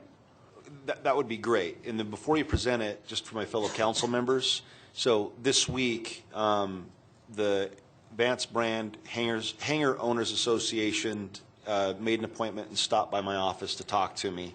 And present was Howard Morgan, the president of the VBHOA, their vice president, Dave Kopp, the secretary, Al Manley, Steve Beach, who's their treasurer, and they basically they have paid members about 25–30% of the actual hangar owners, and then consider themselves as representing the entire owners, group of owners or hangar owners at the airport. And they essentially, we spent a couple hours them voicing the concerns that it sounds like they've voiced to many of us, as well as David and city manager over the last couple of months.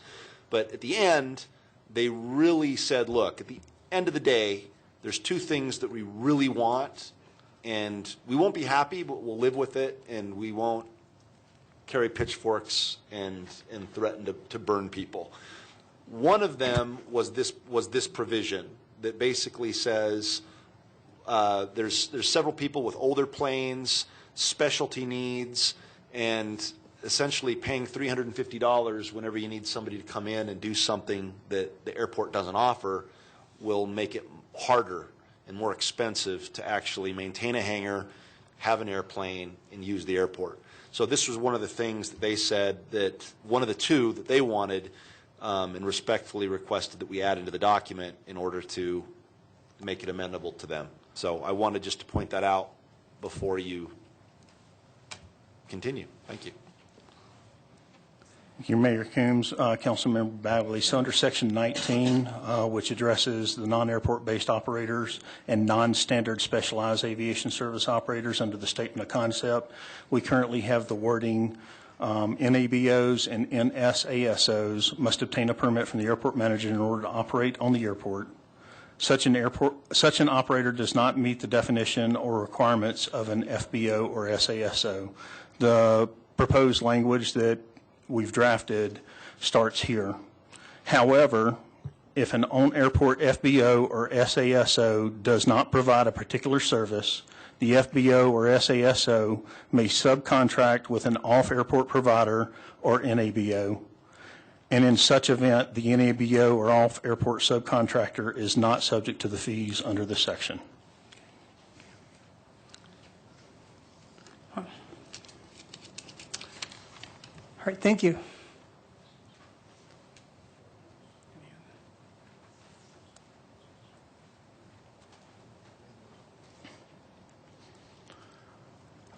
In addition, some of the other feedback, the AAB asked that in each section of the standards where a company was required to have a qualified person employed, that a definition be added to clarify an employee could also be a contract employee.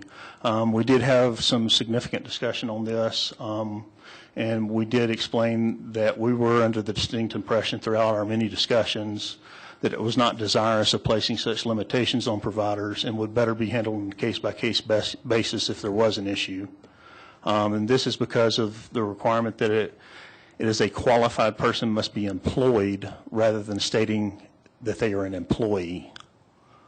We just leave it that they must be, a qualified person must be employed. And that covers all aspects of those types of employment. There was no objection by the board to leaving the existing language after that explanation. There was a request made for an appeals process for decisions made by the airport manager. We did explain that in the rules and regulations there was already an appeals process in place, which includes any commercial operator whose permit is revoked may appeal. The appeal is heard by the city manager or designee. There was no objection by the board for not implementing that request since it was already covered.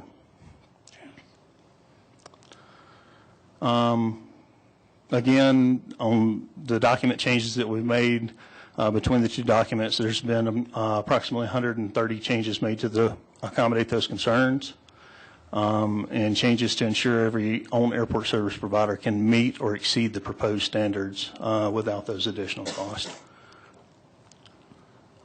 Just wanted to go over and fill you in on some recognized and recommendations throughout the industry.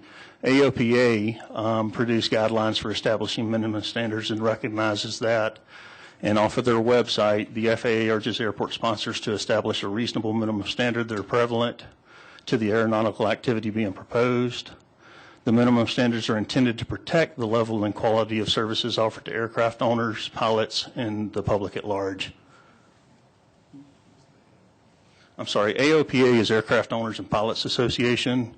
They have nearly 400,000 members if they haven't exceeded that, and have been boasted as the largest general aviation association in the world. National Air Transportation Association in previous conferences had teamed up with the National Business Aircraft Association, and under the National Air Transportation Association policy playbook, airports use a minimum standards as a tool for complying with the federal grant assurances they are required to sign in order to receive federal funding. These standards, when developed, written, and implemented properly, work to the benefit of all parties, the airport, current owned airport businesses, and potential future owned airport businesses. NADA has been engaged in an effort to educate its members and the industry in general on the importance of properly designed minimum standards at public use airports. I just wanted to fill in some gaps that this is largely an industry standard. I'll be happy to answer any questions. Any further questions before I open up the public hearing? Councilmember Bagley? The other thing is, and I'd rather say this now before we have the public hearing, because that way we can save on some time, I hope. The other thing that this group brought forward and requested was that, and it's similar to the first thing that I brought up, but the second thing they brought up was that, again, there are a lot of people that require special services that might not want to contract through Elite, that might, which is our only FOB. And so they wanted to permit people to enter through the fence when the service they provide is not readily available at the airport. Now, granted, my understanding is the FAA is going to say, no, you can't do that because that defeats the purpose. But there comes a time, whether it's 4, 3, 2 visits, where now they're using the airport for free, but surely there's a number that you arrive to that you say, no, that's okay, because you're coming in once, twice, maybe 3 times to service 1, 2, or 3 people who have these antique planes or have broken transponders. My understanding is that you did some debating, talking, researching. Should a motion be presented that would allow people to provide services when the services aren't available at the airport, what is that number before we get in trouble with the FAA? Well, and so we've heard about that question, and we haven't been able to get in contact with the FAA to get that number. What we can say is when that was brought up at the Airport Advisory Board, because that was another discussion point, Mark Miller was very specific to say that one's going to take some thought to really look at, because when you look at the section 9.2 that I just read to you, that's a section that really conflicts with that premise. And so what was 9.2 again? 9.2 of 5196B, Chapter 9, where it says that regardless of whether an air carrier user is a tenant, subtenant, or non-tenant, the sponsor must impose non-discriminatory and substantially comparable rates, fees, rentals, and charges on all air carriers and users that assume similar obligations, use, similar facilities, and make similar use of the airport. And so that issue is really, that's where those two are really starting to come together, because it's pretty specific, and this is a document that they use. I think 6190B is the one that they use for the inspectors. While they tell them how they do their job. That tells inspectors how to look for things. Right. And so that's where it's something we could look at, but I think we're going to really need to spend some time with the FAA, because it's pretty nuanced. If we put in like 3 visits and put it in now, would that allow us to continue talking to the FAA and then alter it later if that's too much? Mayor Coombs, Councilmember Bagley, I believe it's at the discretion of putting in whatever you wish to do that. I can't speak for the FAA of whether they would have a negative reaction or response to that or not. I can tell you that the comments that were made at the board meeting were that it definitely warrants more discussion, and that at the current time, if he had to recommend to council, that we would have more discussion before putting it in. But so ultimately, it's up to council to set the policy direction, and so we're advising you that yes, there is an issue that could potentially come up with the FAA on this. I think if council chose to do that, we would obviously follow up as you requested to have that conversation, understanding that we may come back and say they don't like this. Right, and we can change it. And we need to pull it out. What I would say to that, though, is I think there's some other pieces or sideboards that would be necessary. So if you said 3 trips, it's a single trip to work on 1 plane. Right. It can't be, in my mind, it can't be 1 trip to work on 20 planes. Correct. Because then that's a completely different scenario in this. So maybe classified as customers, three service calls or something like that. 3 service calls, I think. The potential is that it could be deemed as reasonable, because remember what the FAA also said in that meeting is they look at reasonableness.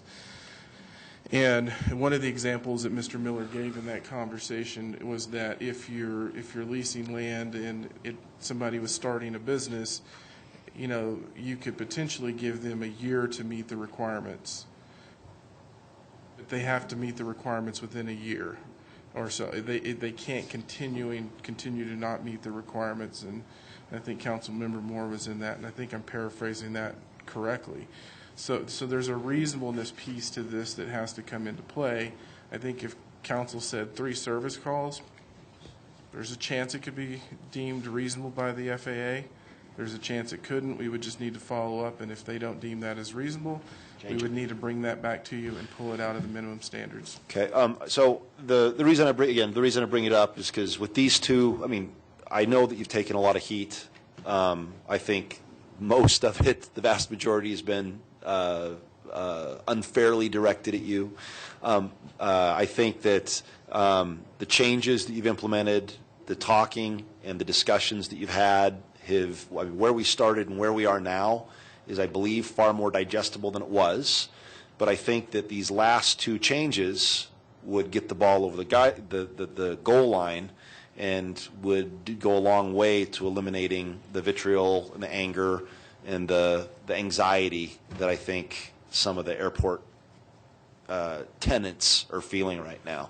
So my question is, if I were to make a motion, would I make it now or after? I'll make it after then. Okay, thank you. Councilmember Peck? Thank you, Mayor Coombs. First of all, I want to thank you for all your work, and there are a couple of things that the public has brought out that they didn't like about this, and one of them was, if I remember correctly, that it was written for a kindergartner. Because some of the things that are in the standards are also FAA regulations, and they felt that they were redundant. So I just want to address that for a moment and tell the pilots that I have complete empathy for the pilots that have been flying their aircraft at this airport for 26 years, 20 years. Of course, you know the rules and regulations and the FAA standards. But it is my understanding, correct me if I'm wrong, that these grant assurances are because we want to start implementing that master plan to expand the airport and bring in commercial entities. The standards are not just for the pilots who are the veterans and the experienced. They're for new people who come out to the airport as well, and new commercial entities, that they have a book, basically, to know where we stand and what we require. So going forward, I'm glad that we have something. The other thing in here, and I was trying to look for it and I couldn't find it, was that there was some concern that when pilots have, say, 2 o'clock in the morning, they have a 7 a.m. flight, they need someone to come out and service their aircraft, that person would not be able to stay in the hangar, sleep, because of the part in here that says that you need to get a hotel or... And I just want to make sure that that is not enforced. Are we reading that incorrectly? Because they were a little upset, some of them that I talked to, so I would just like you to... So, Mayor Coombs, Councilmember Peck, thank you for that question. Early on, we did clarify that, and the way it's written is that you have to have a permanent residence. You can't live at the airport. You can't use it in lieu of going and getting a hotel. But for crew rest requirements and things like that, it does allow for that type of meeting those requirements. It's not written in such a strict way that you can't meet your crew rest requirements. Okay. You just can't live at the airport. Okay, thank you. And my other question was, Elite Aviation is not really the only FOB out there, is it? Mayor Coombs, Councilmember Peck, the fixed-based operator, or FBO, is Elite Aviation. They are the only FBO, which is more of a full-service type, where they provide fuel. They're the only entity allowed to provide fueling, and then they provide other services as well. The specialized aviation service operators, there are several of those that could be anything from flight instruction to maintenance on aircraft, aircraft sales, or brokerage, things like that. And they're the ones that could subcontract. That's correct. For maintenance. Okay. That's correct. Thank you. Okay. I don't see any further questions. Thank you. So I'm now going to open up the public hearing on this ordinance. And look like Carol Lanier signed up.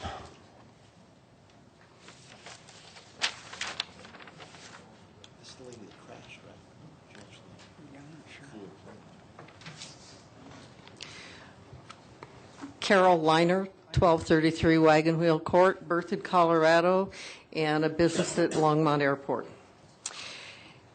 Elite came in with grandiose plans. They bought out the 2 competing FBOs that had been successfully operating on the airfield for over 50 years. We had 2 fueling stations, which was convenient. Now we have 1.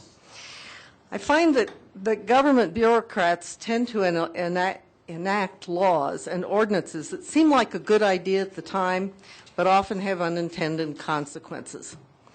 Here's what you can expect as a result of some of these minimum standards. Small businesses and aircraft owners will not come to the airport, and some of those that are there currently will leave because of the additional overreaching requirements. Elite's business will go further downhill because of this protectionism, as clearly stated by Mr. Slater at the AAB meeting in May. They may well pull out of the airport, and then what do you do? Aircraft owners have their preferred mechanics, radio technicians, and prop maintenance, just like automobile owners have their own preferred service providers. Because of the fees and added insurance requirements, these independent operators will either not do business at Vance Brand or they will raise their rates. When fees and or taxes are levied on a company, it is not the company that pays them. It is their customers through higher prices. So these fees really do impact the common aircraft owner at Vance Brand. I was going to address the loophole, but that seems to have been taken care of. And the fact that some small businesses were grandfathered verbally, and we need that in writing. The other item that I'd like to mention is this registration, the fact that you're requiring us to give our registration information to the airport manager, who will then enter it into an FAA database, which is not secure. Anybody can apply for an FOI to go get that information, find out who owns the airplane, what kind it is, where it is stored, just like they would if you could get your automobile information from your license plate, which you cannot. And I do not believe that should be required. Thank you. Bob Leiner?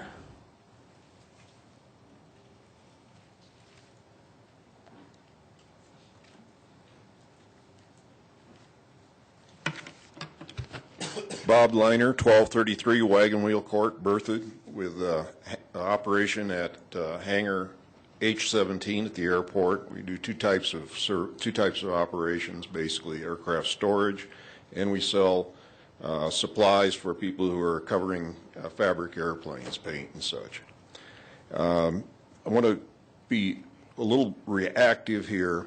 The aircraft registration, this is the discussion at the airport advisory board. The aircraft registration is not used for grants. The number of aircraft operations is used to determine grants. And I think that's important.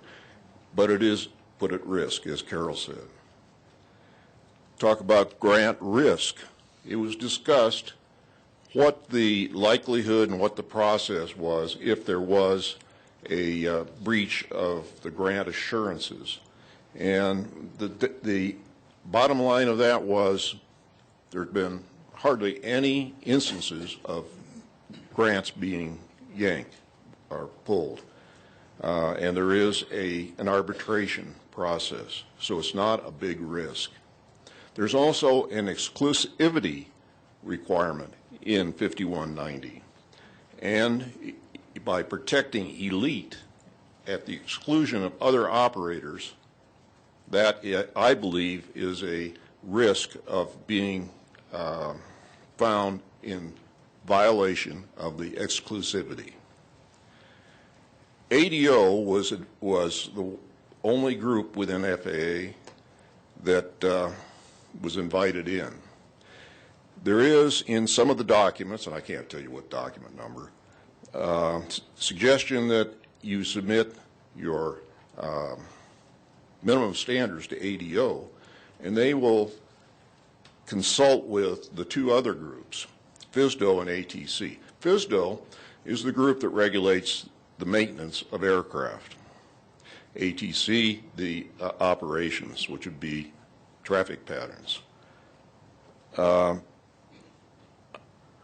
I want to congratulate Councilmember Christensen for actually reading that document. It was 4 pages and you had to wait to the end to get to the punchline. But the punchline, the first few pages pointed out who the Academy for the Sciences is and the fact it was done for FAA. And the back page says there's some confusion over these terms, and before they went into what to do with through the fence, they went through a definition. And independent operators in there, and she can correct me if she'd like, were specifically mechanics and instructors. And I believe there's another category in there. So mechanics and instructors are independent operators, and they are not, we have no through the fence at Longmont Airport. Thank you. Through the- You only get to speak for 3 minutes at this Okay. hearing. Thank you. Don Dulce?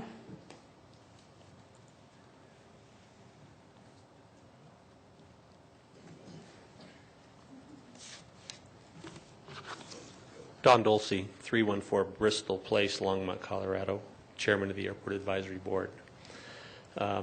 Having spent many hours reviewing and researching and discussing the minimum standards document, I've concluded the problem with this document is really where it fits. So far tonight, all we've heard is details about the document, and so we're sort of looking at every needle on the tree here. But I wanted to step back a little bit farther than that. So my conclusion is, at this time, there's really no strategic plan for the airport. The FAA sponsored the Airport Cooperative Research Program, report number 28, which some of you have seen, and it's a guidebook for marketing small airports. Among others featured in this guidebook and marketing guide is the Greeley-Weld County Airport, and their marketing plan is a case study in that document.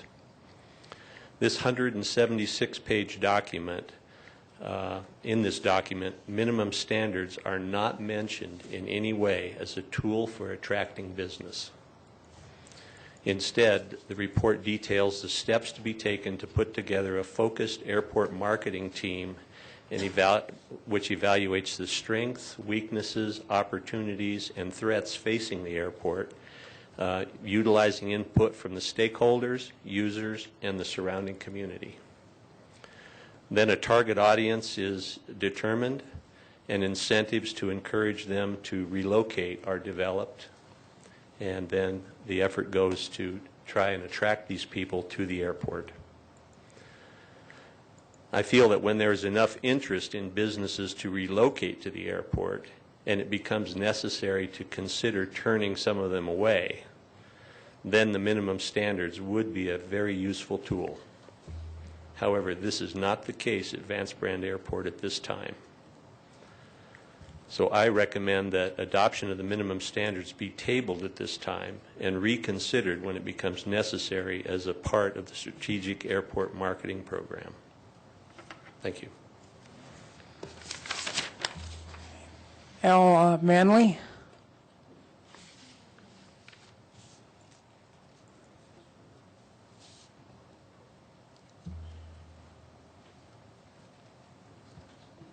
Mr. Mayor, City Council, Al Manley, 940 Rangeview Lane, 80501. Mr. Slater spoke earlier, referenced about the AOPA, Aircraft Owners and Pilots Association, and you received in your personal email, or not your personal, but your city email earlier today, a letter from him, and I'll leave some here.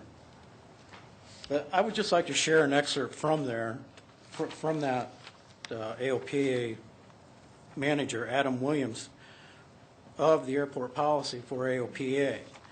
And it's very brief. It just goes on about the 350,000 members of the AOPA, 8,200 reside in Colorado. And AOPA is committed to ensuring the continued viability, growth, and development of airports across the U.S. At the request of our members, AOPA has reviewed the proposed rules and regulations as well as the minimum standards. For the purposes of this letter, we will detail some, but not necessarily all the items that appear to be problematic. Minimum standards. The proposed minimum standards are to be adopted by reference and are in quotes to have the same force of effect as if set forth in Chapter 1339 in every particular. If that's inclusive of the penalties contained in the chapter, then a penalty of $500 would come into effect for commercial service providers who violate any section of the standards. Such a penalty is unnecessary and counterproductive, as that would discourage commercial service providers from bringing valuable services to the airport. For example, Section 9 establishes standards for a flight training operation. The operator is required to have available at least one airworthy aircraft. No exceptions to this rule are provided, so it follows the operator must have at least one airworthy aircraft available at all times. However, the airworthiness status of any aircraft can change quickly and the operator may not have sufficient time to obtain a replacement aircraft. The circumstance would place the flight training operator in violation of the minimum standards and subject the operator to all the penalties in 1339. The commercial minimum standards contain many requirements of which violation may be unavoidable due to factors beyond the control of the service provider. A prospective commercial service provider wishing to conduct business at Vance Brand Municipal Airport may be discouraged by such risk. Adam Williams, Manager Airport Policy. Thank you. Howard Morgan.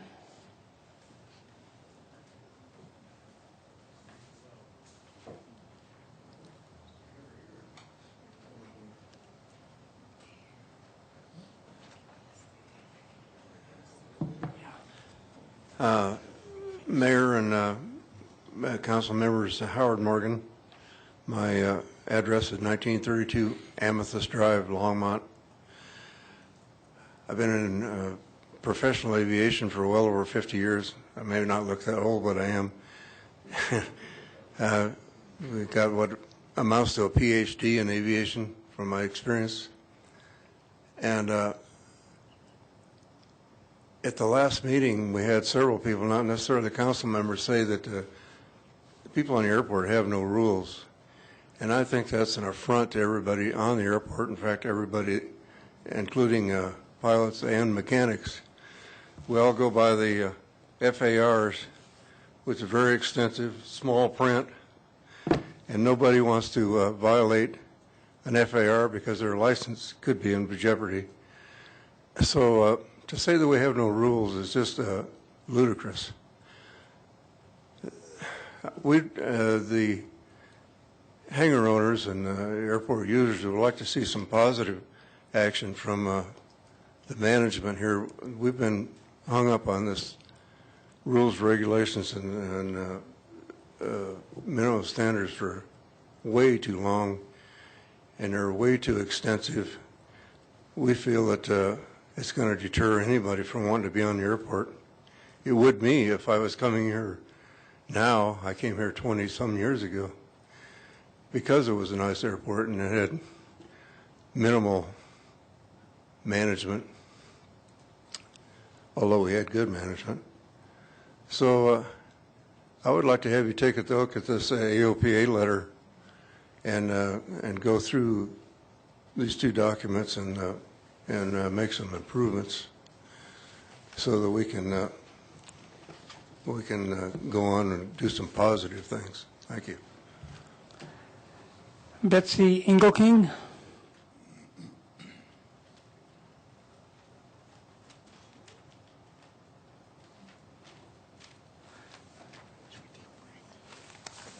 Hi, my name is Betsy Engelking, and I live at 7250 Glacier View Road in Longmont. I'd like to thank all of you for the time you've spent on this whole thing with the airport rules and regulations and the minimum standards. My husband and I have rented a hangar and flown out of Longmont for the past 30 years, since the days of the Judson Flying Service. We would like to see the airport attract more services also. Things like propeller shops, an avionics shop. Pilots are aging and they're retiring in record numbers.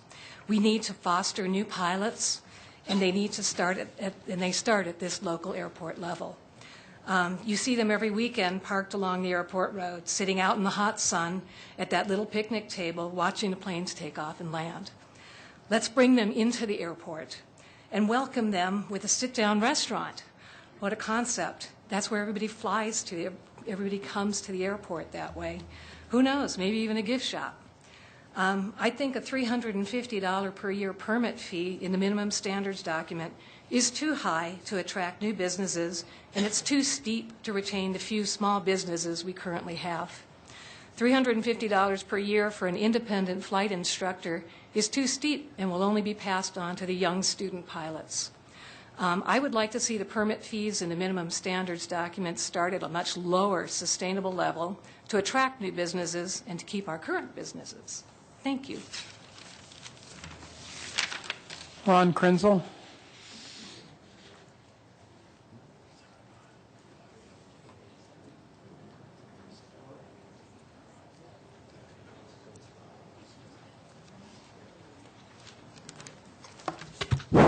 Ron Krenzel, 1219 North 61st, Longmont, Colorado.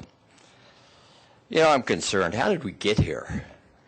You know, in 2010, I got involved in this when they were doing the master plan for the airport, and there was some naysayers, but we sort of turned all that around.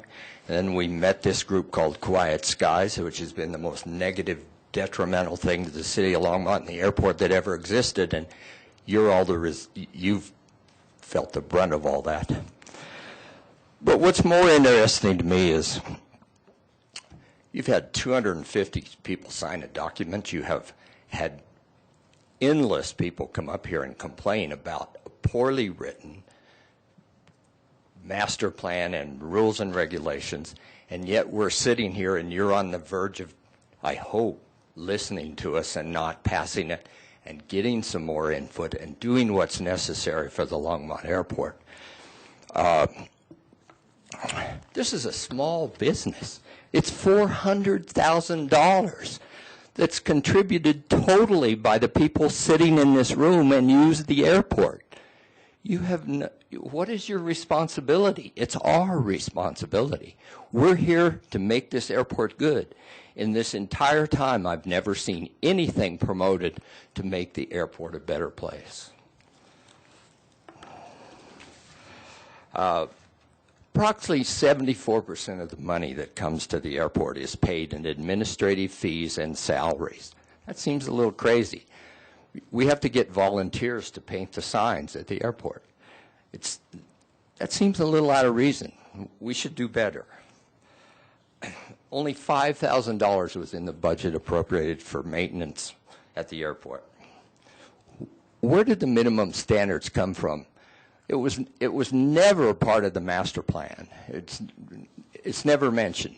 Mark at the airport advisory meeting said, yeah, airports have them, some don't have them. We don't really care. You've never been out of compliance. There's no reason really to have them, especially at an airport like this, regardless of what Dave and the city manager have said. I think Metro doesn't even have a minimum standards. It's a substantially larger airport than we are.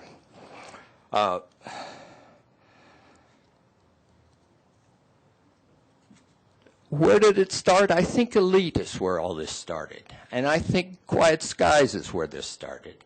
And maybe to a certain degree, Mile High Skydiving. But certainly Elite is a mess. They're like a drunk at a roulette wheel the way they're spending money. And you need to watch them because they're not going to be here very long. You have to understand that. And what will happen then? You've got these minimum standards where a guy has to pay you $350 to come and do a $100 job. It's not that kind of airport. Please, please, please think through this. Help us. Thanks. Dave Kopp?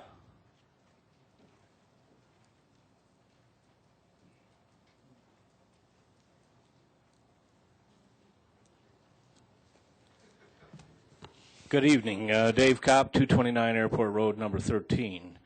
Mr. Mayor, members of the City Council, thank you for helping with the safety issue on the airport rules and regulations associated with helicopters and ultralights, eliminating the flying the right-hand patterns before someone got hurt or worse.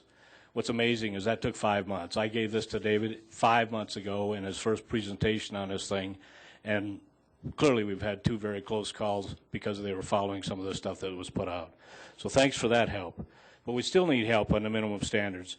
They should not be approved as they were presented.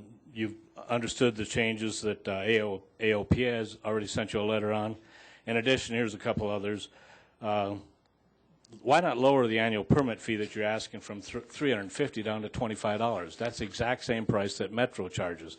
An airport that's 10 times our size, why would you charge 14 times as much for a permit here? All you're going to do is drive the business back to Metro or away from here. And back up the verbal promise that has been made to each of the businesses at the airport to waive the fee altogether. All of these businesses have been promised they're not going to pay it. Put it in writing if it truly is a true promise. And allow the new businesses and the independent operators that offer services not currently available the same waivers. Send the minimum standards back to the advisory board. Or you could recommend these changes that we've talked about here tonight and see if you can get a vote on it. But we still have to address the 246 people that signed a petition says they don't like them and they don't want them. And we'll have to go back to the AOPA if in fact they're approved without these exceptions and ask them to help us file a formal complaint, either a Part 13 or Part 16 with the FAA. Thank you for your time. Keith Griffith.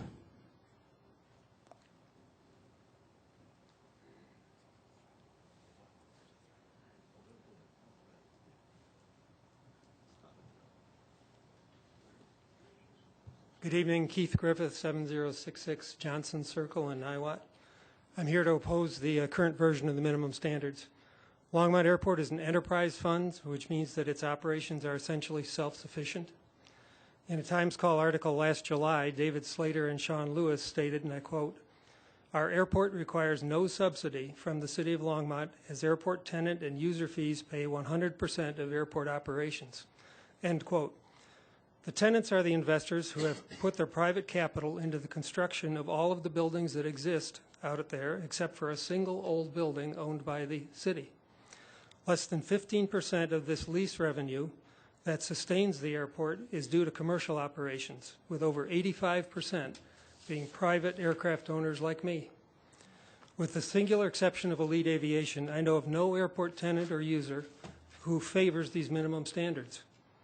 Erie, Boulder, Fort Morgan have no minimum standards, and Rocky Mountain Metro, an airport 10 times the size of Longmont, has very low fees compared to the Longmont proposal. There are no FAA problems at Rocky Mountain Metro due to these low fees. City staff chose this path and the high restrictive fees. Staff keeps claiming that this is required to fulfill FAA grant assurances, but David Slater's own words refute this line of reasoning. Quoting from his PowerPoint presentation in December of 2015, quote, "If the defined standard is below the complainer's standard, we will likely be found in violation of unjust discrimination. If it is above the competitor's standard, we will still likely be found in violation as well." End quote.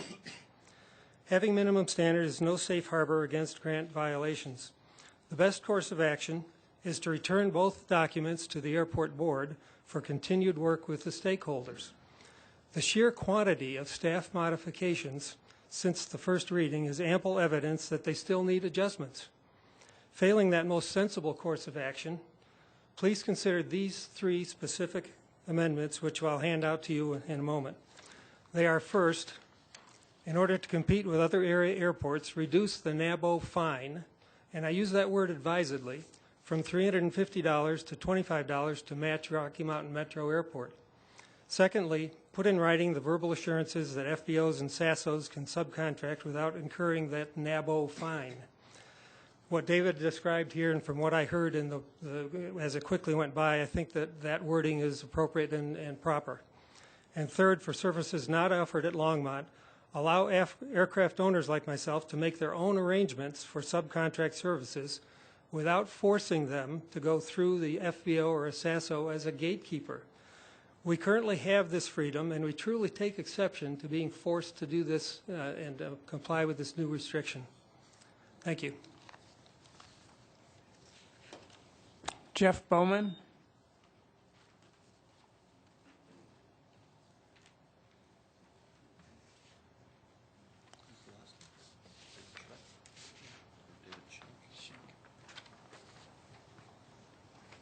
Jeff Bowman, 6675 Secretariat. Much of what I was going to talk about has already been said, so I'll keep my comments short. I'm really not going to urge you to vote against the new rules and minimum standards. I disagree with them. They seem superfluous. They're just going to raise my cost as an airplane owner. Actually, I'd like to urge you to move beyond these contentious discussions and focus on actually improving the airport. New signage that shows where the airport manager's office is not much of an improvement. The taxiways, the shape of that they're in, the poor snow removal in the winter, they've created dangerous conditions at that airport. They are dangerous conditions. The FBO doesn't offer essential services. The airport manager is estranged from the very community that he's supposed to be supporting. The runway length is too short to really support economic growth. Those are the real issues that you should be addressing. You know, pilots are a minority. It's very easy to discriminate against us. Less than 0.14% of Americans have a pilot license. Even though there's a worldwide shortage of pilots right now, fewer than 25% of people who start their pilot training actually finish it. There's only 25,000 women pilots in the whole United States today. 25,000. None of you has a pilot's license. You don't have a pilot's license. You're a student. Let's hope you're not the 75%. So I would encourage you guys to actually pay attention to the Airport Advisory Board. They are the users. Yesterday I bought fuel at Elite for $4.16 a gallon. It's a lot more than you're paying for your car. Most of that additional cost is going to taxes that pay for airport improvements federally. I pay my own way. You know, I'd like to be treated as a customer. I'd like you to address the real issues at the airport. Thank you. David Schenk.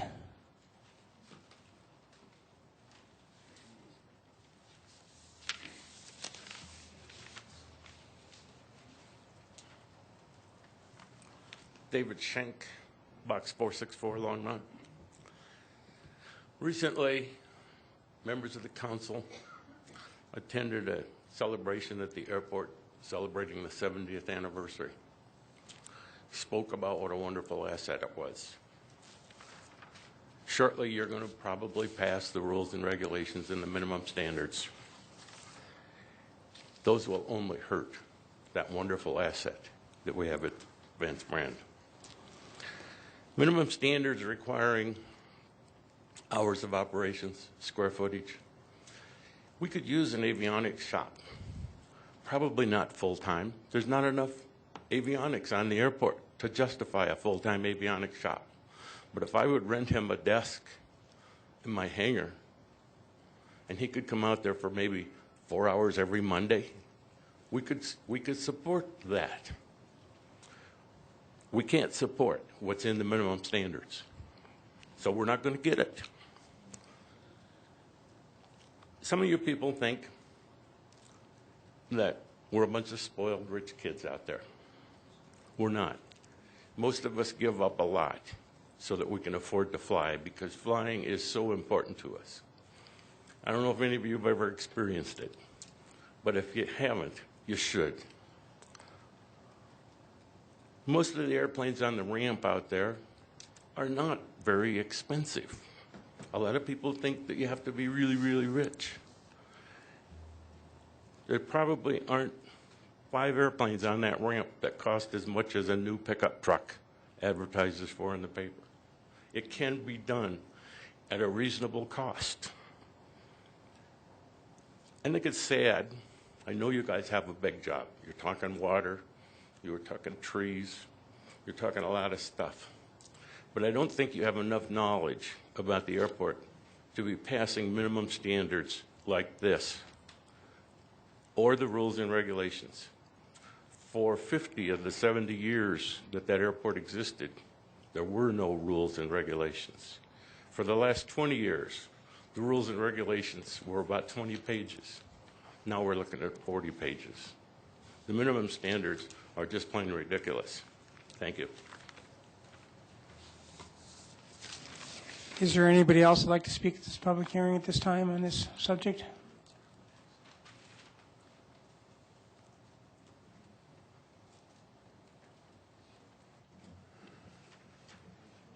My name is Dan Smith. I live at 7471 Rosina Drive in Hygiene. I also belong to the Antique Airplane Association.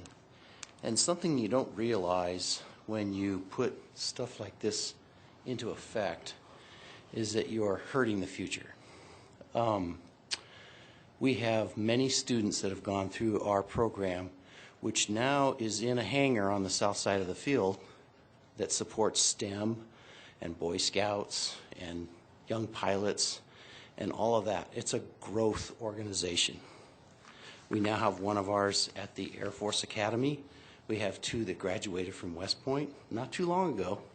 These people were flyers because they had opportunity to get in an airplane, take lessons, have old gray-haired guys like us teach them and give them a wonderful experience.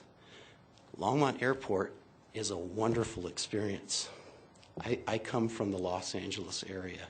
I moved to Santa Cruz and had the opportunity of another wonderful airport called Watsonville in a little place on the coast.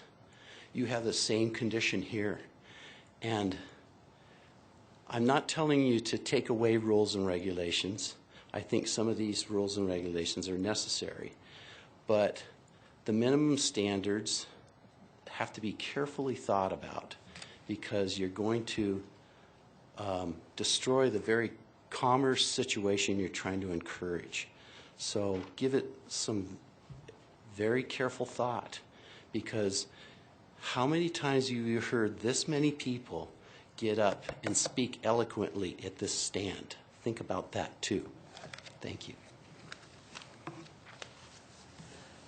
Is there anybody else who would like to speak at this public hearing? Okay, I guess I'll close the public hearing at this time. Could we take like a 5-minute recess now before we consider this?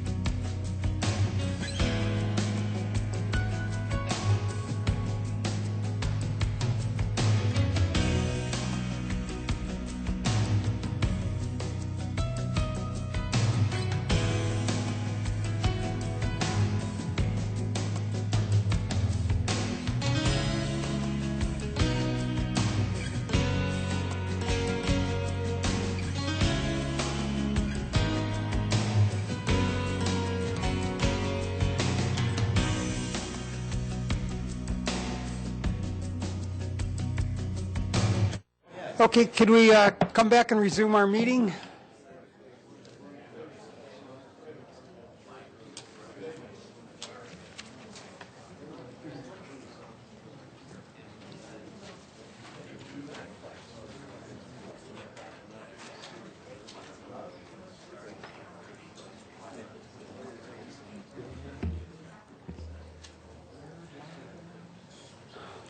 You back on the record?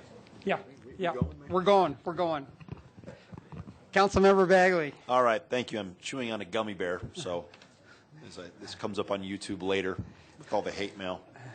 So I certainly understand the concerns of the pilots and the hangar owners. I've also shared in private with certain members that on council it takes 4 votes to get anything done. And the city and the council definitely is going to pass, I believe, the airport rules and regs and the minimum standards tonight.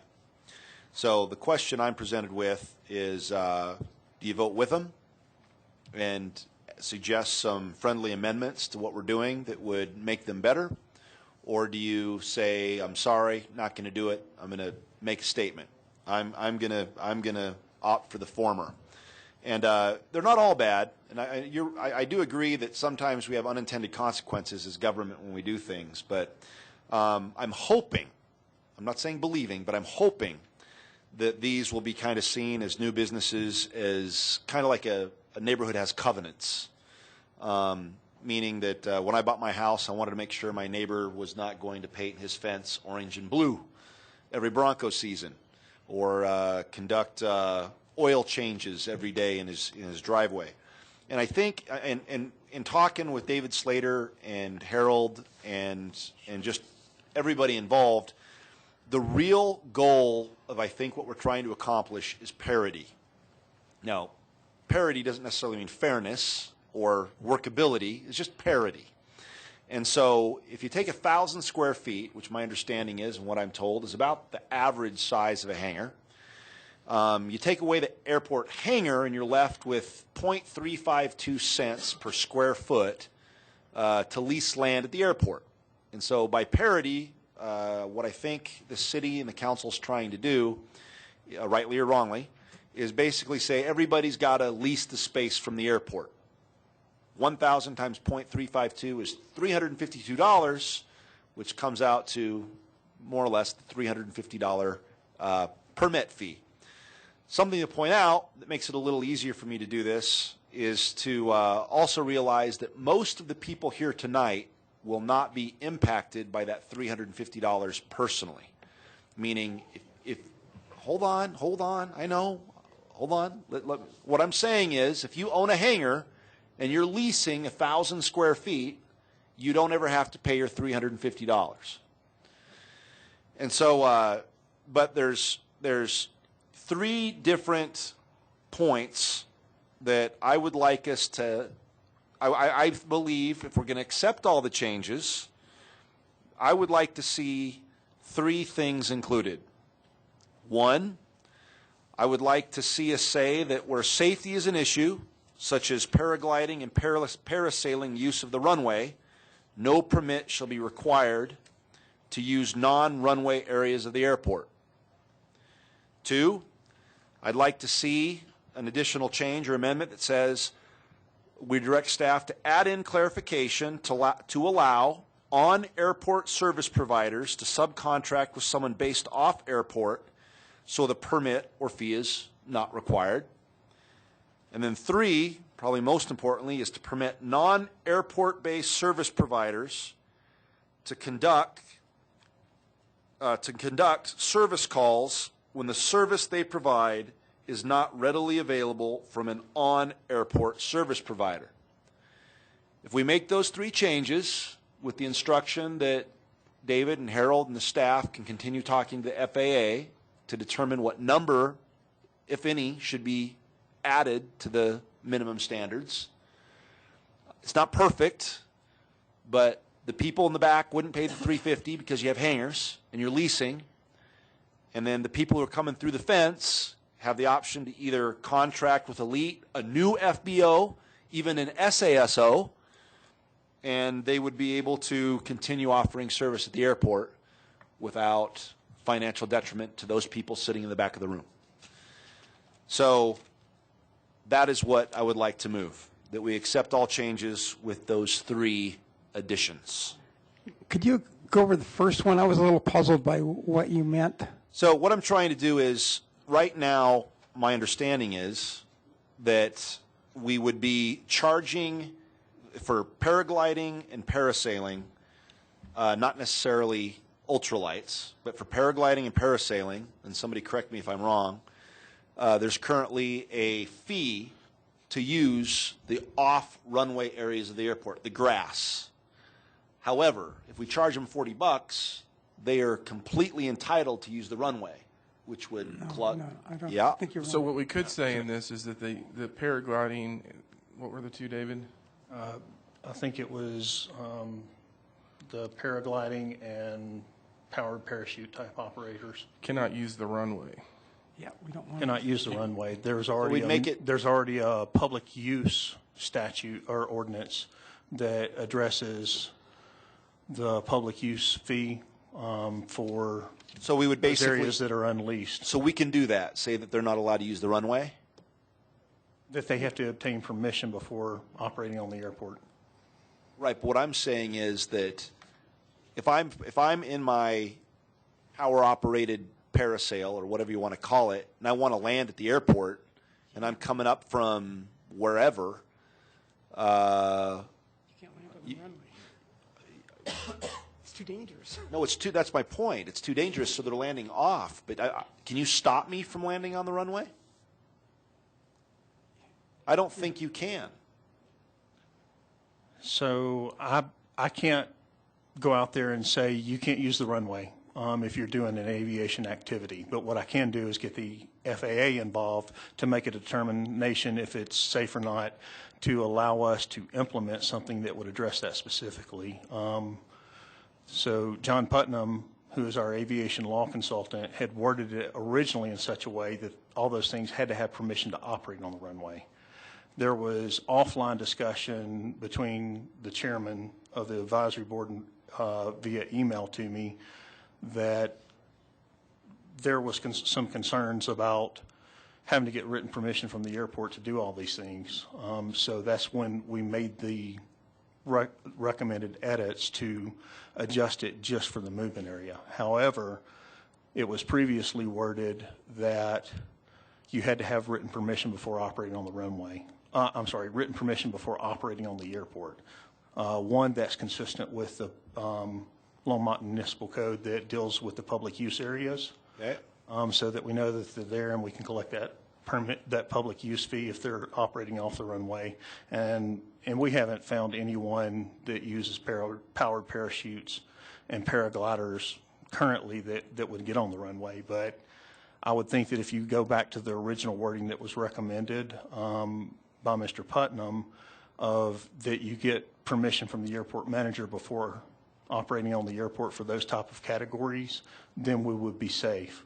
Okay. Then, and that's currently in there. That's one of the changes that is recommended, or no? No, we would need to add that back in. That was actually in the original All right. document. Then that is what I would move. That what you just said. So those are number the 3 one things. is that if you're operating. What? Let's do one at a time, so everyone's clear about what we're doing. Okay. So what I understand on that one is if you're operating in that category, you must obtain permission from the airport manager prior to utilizing the airport. Okay, so moved. Okay, that's the First Amendment you're recommending. So Are we going to do it one at a time? yeah. Okay. Yeah. So moved. All right. I'll second your motion on that amendment. Should we vote on each amendment separately then, or wait till we have all the amendments and vote? Councilmember Santos? Thank you, Mayor Coombs. Eugene, I have a question. The ordinance has not been moved. Do we need to move the ordinance first, then make these amendments? Or does it matter? Okay. Thank you. Oh. Mayor and Council, Eugene May, City Attorney. It seems like if you have multiple amendments, to make those individually and then vote on the whole thing. Thank you. Okay, let's vote on that First Amendment.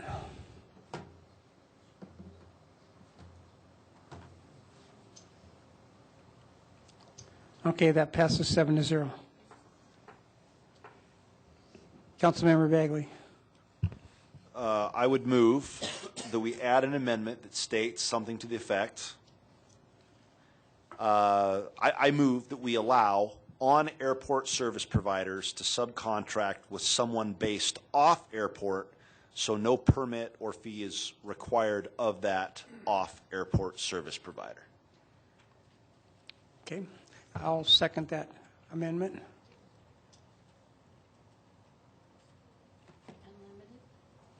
No, this is not the, this is the going through Elite, an FBO, an SASO, or someone else already on the airport.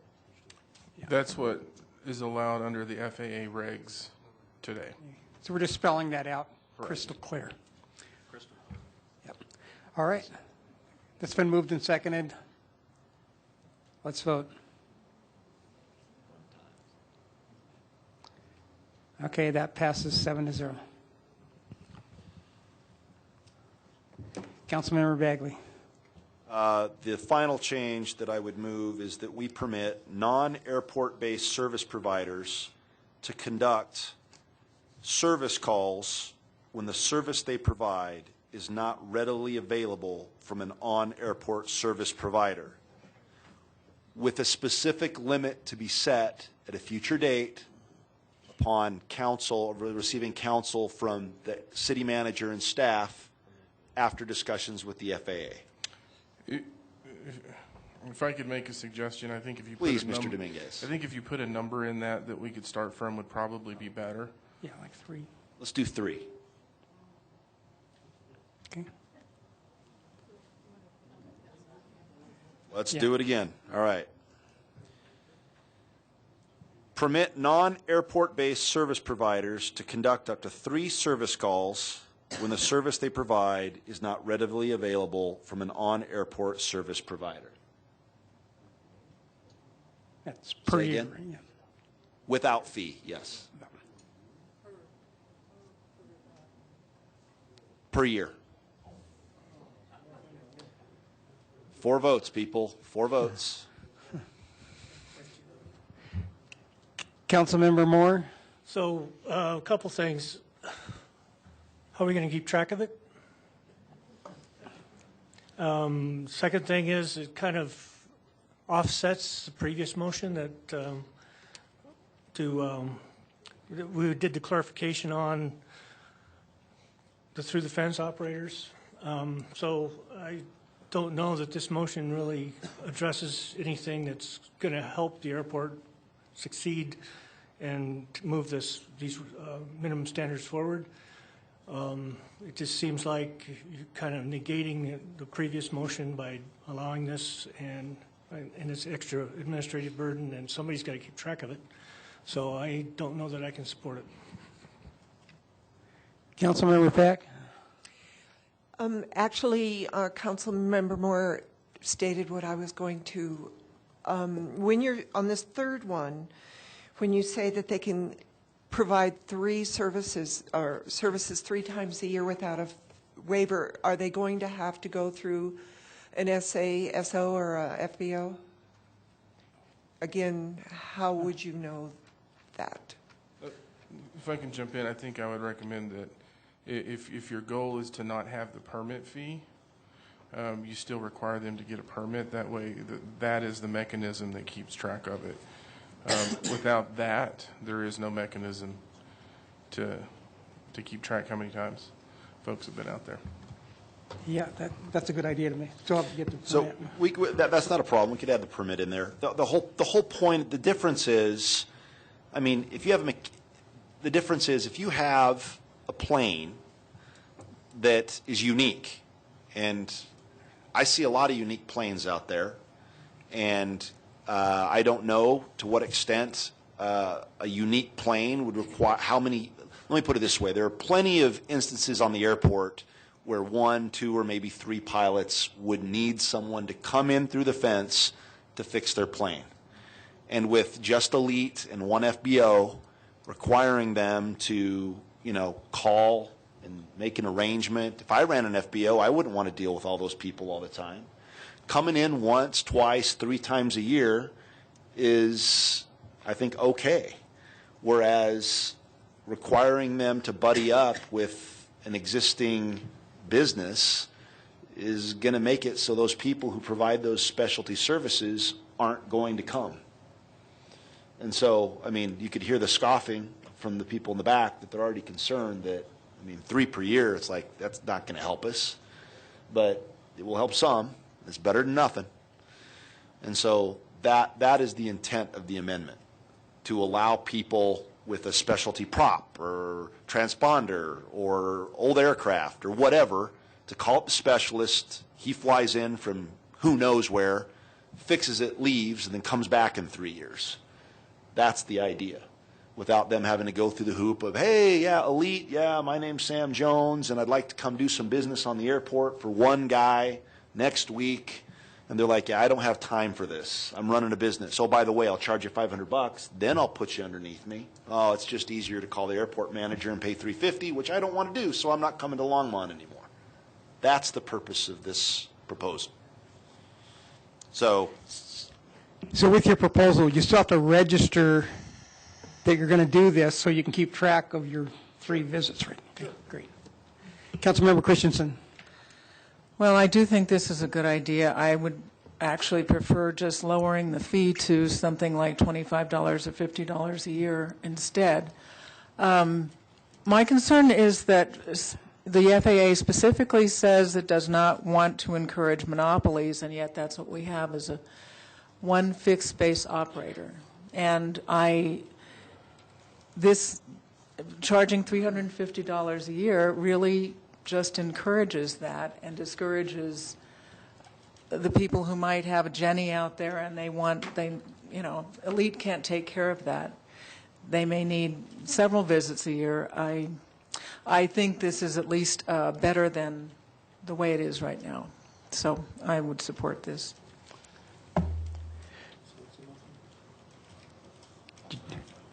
Okay. Councilmember Santos. Thank you, Mayor Coombs. Well, I can understand what you're trying to say, Councilmember Christensen. However, we have at one time there was 2 FBOs. Now the Elite is the FBO. Doesn't say anybody else can't come on and be an FBO. But however, the FBO that is there, Elite, it's brick and mortar, pays utilities, and everything else that goes with the airport.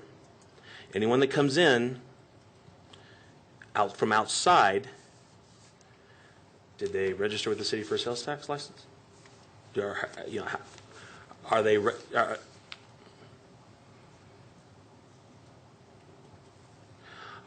registered with the city as a business? No, sometimes they come in from out. Unless we want to, I don't have a problem with a fee. I'm not sure what the amount probably should be.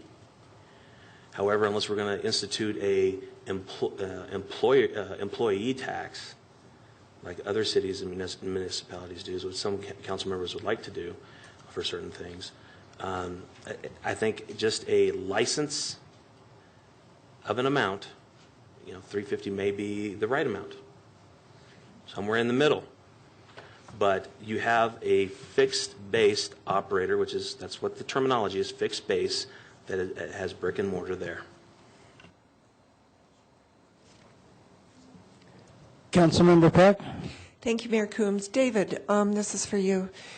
We talked about parity, and I understand the concept, but what happens if, as far as the FAA goes, if we do lower that permit fee? Do they step in and tell us we can't do that? Mayor Coombs, Councilmember Peck, I can't begin to say what the FAA would say. I do know that they are very aware that we're going through this process. I think that it's wise to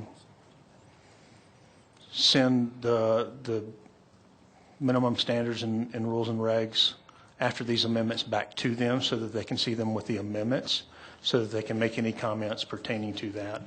And that way they can tell us if there's an issue with that or not. So the FAA has seen the document that we're talking about, in addition to Javiation and let's see, Kaplan Kirsch, the attorneys that we've hired. And so there's been multiple groups that have looked at this document. So that to answer specifically your question, I think I would go back to the situation when we had to self-report on the contract that was not in compliance. So what they told us at that point was fix it, and then we had to fix it. And so that's what they would do. And then if we didn't fix it, then they would proceed to ramp up what they would do and what they would require of us in the process. I did want to take this opportunity to clarify a point, because I know David has been getting a lot of flack on this one.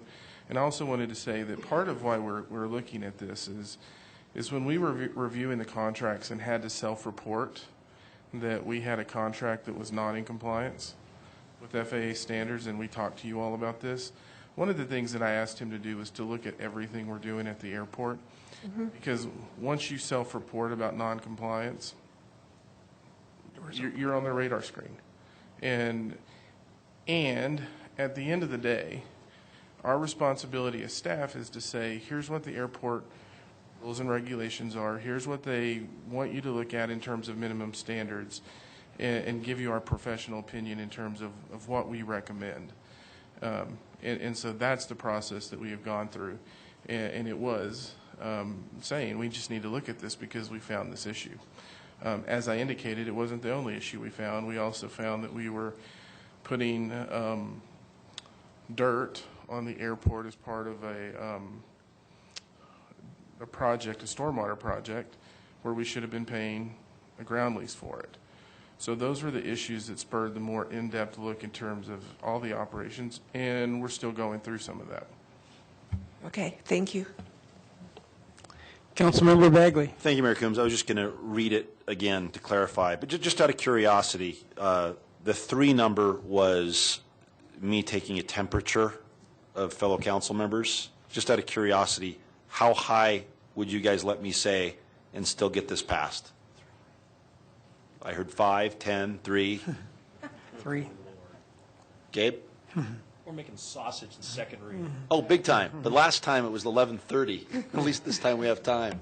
Bonnie? And then shenanigans happen. Oh, yeah, then shenanigans. Yes, it did. Shenanigans. Oh, shenanigans. Bonnie, do you got a number? 5. Do you have a number to Mayor? 5? I'd say 3. 3. So we got 3, a 5. We got 10. So we got 5, 5. We got the 5. All right. Here's what. See, 4 votes. All right. So we got.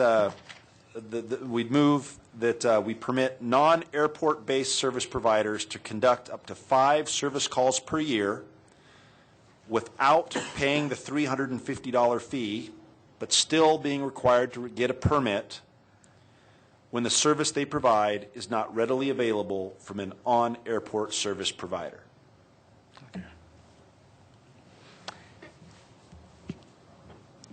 All right, do we have a second? All right, it's been moved and seconded. Let's vote.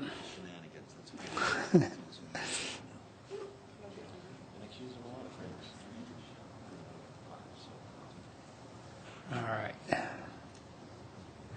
All right, it passes 7-0.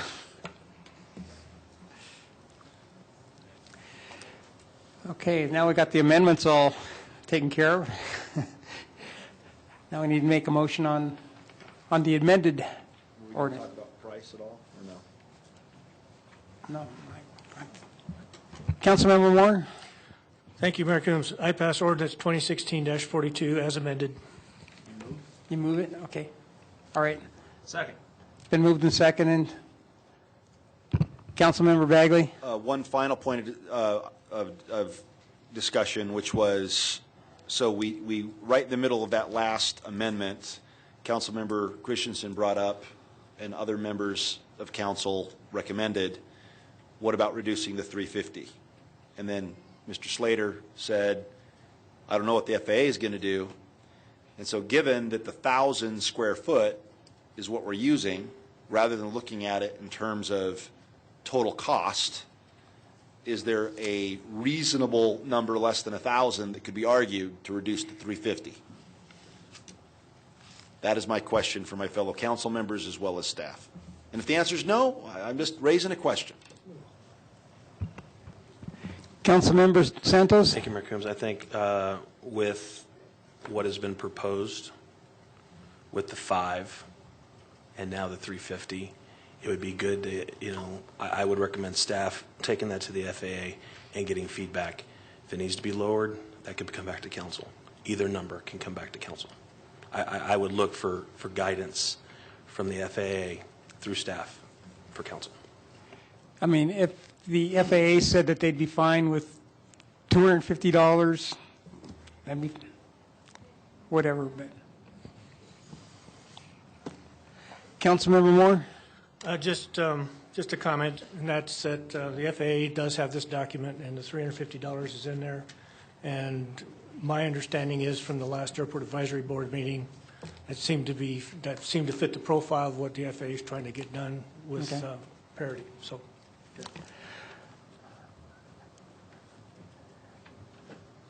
Okay, so we've got an amended motion that's been seconded. Let's vote.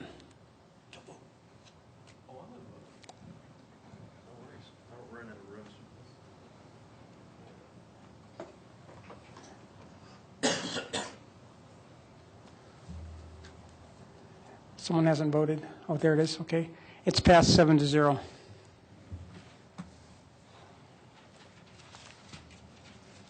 Okay, so Mayor now we Coombs. have the items removed from the consent agenda. Which is item A, and that was the Envision Longmont. I believe Aaron Bostic is here, and so is Phil Greenwald. Oh, Aaron's going to answer questions.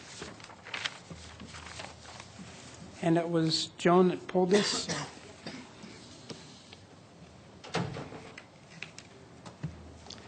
Councilmember Peck. Thank you, Mayor Coombs. Hi, Aaron.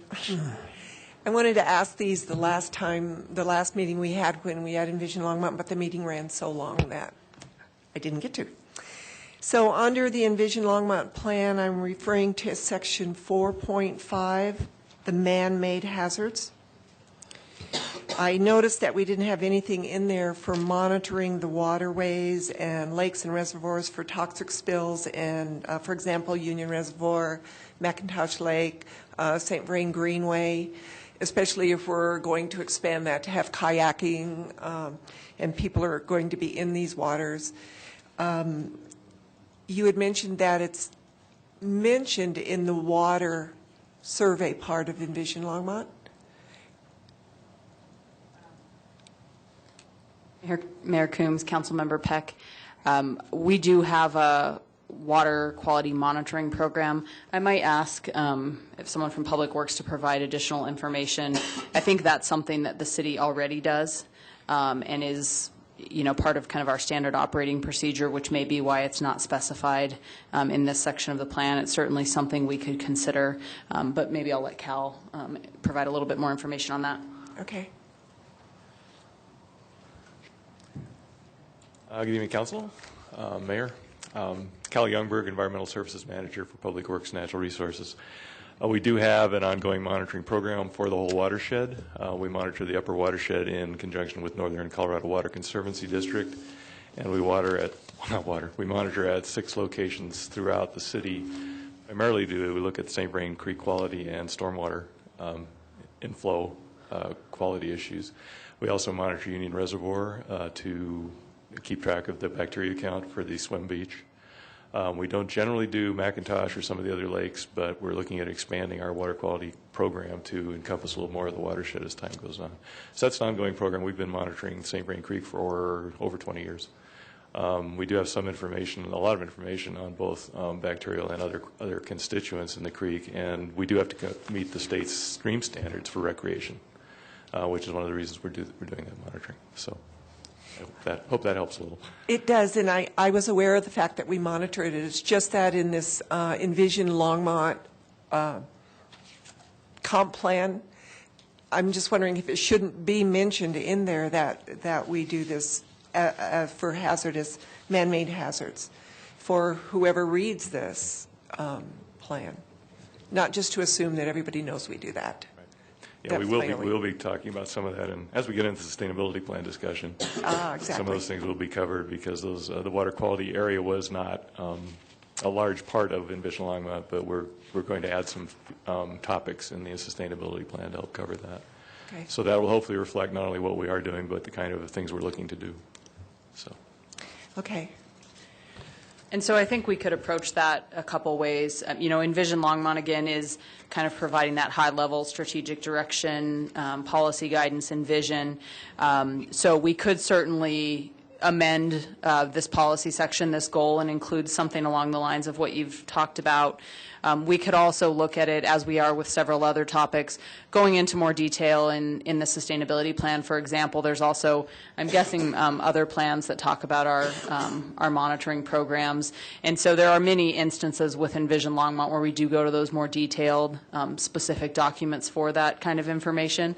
But we could certainly add something to this section to reference it, or even put it in the introduction of this guiding principle. That would be another option. Or if you, as you do in other sections, you put a cross, what do you call it? Cross-cutting? Mm-hmm. So that it refers back to the water resource area. Just a suggestion. But I do have one more. In the 6.6 section where it's where you attract additional education, I noticed that in the strategies you have EDP, and in 6.9 you have EDP, and 6.11 EDP as the lead. My concern with that is that, does everybody know what EDP is? Who would be reading this document? Is there some place in the definitions that you could describe EDP and say that even though it's going to be the lead, we would know that it's Advanced Longmont, that it's Startup, that it's Tinkermill? It's not just one organization, but that it encompasses all of these entrepreneurial type of businesses. Mayor Coombs, Councilmember Peck, that's a good observation, and I think one easy way to address that would be to add them specifically, and potentially other organizations that we reference in the definition section. We do have a call out on page 77, which is in the policy framework, that talks about the Economic Development Partnership and the Advanced Longmont Partners in particular. Okay. And so we define what the EDP is and talk about some of the other partners that are involved and kind of what that model is, because it is very critical for obviously economic development in the city, and we've tried really hard with this plan to weave in the Advanced Longmont Strategic Plan. And so I think we should definitely add it in the definition section, and I'm comfortable making that change. I mean, that seems kind of like minor. If we need to do something additional, I would look for council direction, but look towards that page, that call out on 77, and see if that might address what you're talking about. Okay, great. Aaron, there's also a really good graphic that they have that has all the partner agencies on it that you may be able to incorporate that graphic. Oh, that'd be good. The other place that, and I don't know for sure if the graphic's in there, but we should probably have it in the community profile, which is an appendix to Envision Longmont. In the economy section, we talk more about the Advanced Longmont partners, and so I think that graphic could be really helpful there to kind of visualize all the partners that are included and what that really looks like. Okay. And one more thing. I had mentioned to you that I thought the sustainability plan should be in the first part of the Envision Longmont, where you tell who you worked with within the city to come up with Envision for ideas. I can't remember what that was. It was the very first page. Mayor Coombs, Councilmember Peck, I think you're referring to page 9. We're really, that's the beginning of the plan framework section. Correct. Where we're talking about Envision Longmont. And I think what we had discussed, obviously when we put this text together, the sustainability plan wasn't as far along as it is now. Mm-hmm. But I think what we had talked about is potentially including that as a plan that has a significant role in the process, and just indicating that it's underway, similar to what we've done for the blueprint as well as the Resilient St. Vrain effort. Great. Thank you very much. Yeah, do you need to move the motion since you pulled it? Are you? Of course. So I move A 2016-43. All right, I'll second that. Let's vote.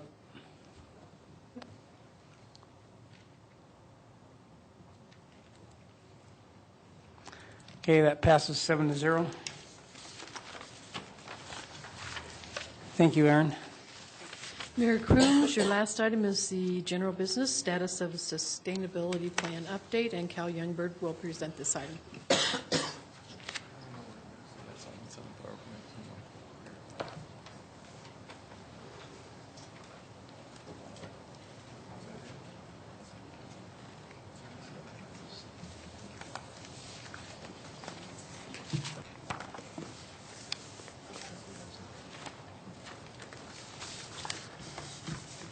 Good evening, Mayor Coombs and Council. Cal Youngberg again, Environmental Services Manager for Public Works and Natural Resources. We'll be as quick as we can to let you get to your shenanigans sooner. No shenanigans. Yeah, they were good, huh? We're here tonight to update you on your sustainability plan that we've been working on for a while, based on council direction that we got last year to revive the old 2008 to 2010 sustainability plan, update it, look at some new topics, and bring it back to you for consideration. One thing we have done this time is look at some other plans that have been adopted and implemented around the country. When we originally started this effort way back in 07, doesn't seem that long ago, there weren't very many plans around, and Longmont was kind of out there. We're no longer out there. There's lots and lots of sustainability plans, lots of initiatives going on across the country in all kinds of cities, including many locally here along the Front Range. This considers some goals. The new plan update will consider some goals that were in the original one, but we're also adding some additional topics and areas of emphasis, as we call them. So this also will include consideration of what's been going on with the Envision Longmont Comprehensive Plan update. So we've been coordinating with that effort to try and get the topics that are covered in the sustainability plan to be consistent with and support the comprehensive plan. What we want to do with this plan is really get a set of real realistic goals, look at how we can achieve those goals through some strategies, and also look at monitoring and measuring our accomplishments and our success in meeting those goals. Some of the commonalities between Envision Longmont and this plan, kind of shown here on the slide. Envision Longmont has a bunch of areas, 6 of them, that they looked at. The sustainability plan is really more of a strategic focus, and we're looking at 9 what we call topic areas, which are encompassed in sustainability in the comprehensive plan to some level, but these are in more detail, and we're looking at goals in these areas and also looking at how those goals can be achieved. The strategic direction is really the important difference. Also, as Councilmember Peck noted, we're going to recognize cross-cutting topics. So a lot of these things don't stand alone, which is kind of why we showed them in a circle intersecting. They don't sit there by themselves, and sometimes one topic, say energy, would reach over into another topics like water or some other things that are influenced by it. Again, these areas are pretty common to a lot of sustainability plans. If you look at some of the most recent ones, even the Denver area like Lakewood, they cover a lot of these same areas of emphasis. We did look at those areas of emphasis, and they were identified to look at a relationship with other plans that are in the city, one of which is Envision. We also looked at the Advanced Longmont Topics and Goals and the Parks and Recreation and Trails Master Plan. Those 3 plans together kind of encompass a lot of sustainability-related areas. And so what we did was we kind of had the consultant, with the help of a consultant, we looked at putting together where these plans overlap, where are their common areas, where are their gaps, where a sustainability plan could potentially fill, and also come up with more specific activities. So they came up with what they call a little heat map, which is here. Nice, pretty little thing where you look at where there's high, medium, and low relationships between these various plans. And that allowed us to kind of suss out where our sustainability plan could focus. So in looking at that, we also considered that the Envision plan is the main plan that's associated with sustainability, and that has a kind of a different emphasis. It's a longer-term plan with some larger objectives. It talks about 6 guiding principles, and it is more or less a general policy guidance plan with land use and other factors included. The sustainability plan is looking at shorter-term actions and strategies that we can implement to make things happen. And we picked 9 topic areas that were shown on the previous slide. The idea behind these is to really identify what can be done to achieve the goals that will be identified also in this plan. So in this heat mapping exercise, we looked at the relationship to the plans. So we looked at high to low, and what we found out was there was about 5 or 6 areas that were not really covered by Envision or any of the other plans that we looked at. And they are air quality, energy, food systems, natural environment, waste, and water, oddly enough. So those things were either marginally covered or covered in a very general way in the other plans. So these are opportunities for us to look at some goals in these topics that can be applied in a sustainability plan. That doesn't mean we're going to ignore those other categories. Obviously, those other categories, again, some of those are cross-cutting and they affect each other as you look through them. So the other thing we did was when we went through this exercise, went through a baseline snapshot, and that is going to be covered in the sustainability plan. Those are things that we're already doing. Those are things that Longmont has already accomplished. And we thought it was important to reflect that as we move ahead with these new goals and objectives and strategies. So with that as an introduction, I'll introduce Lisa Knobloch. She's our sustainability coordinator, and she can run you through kind of where we've been going and where we are going with the rest of this plan. We're working on, she'll at the end talk a little bit about the schedule, and if you have questions about that or other things, I can get back up and help answer.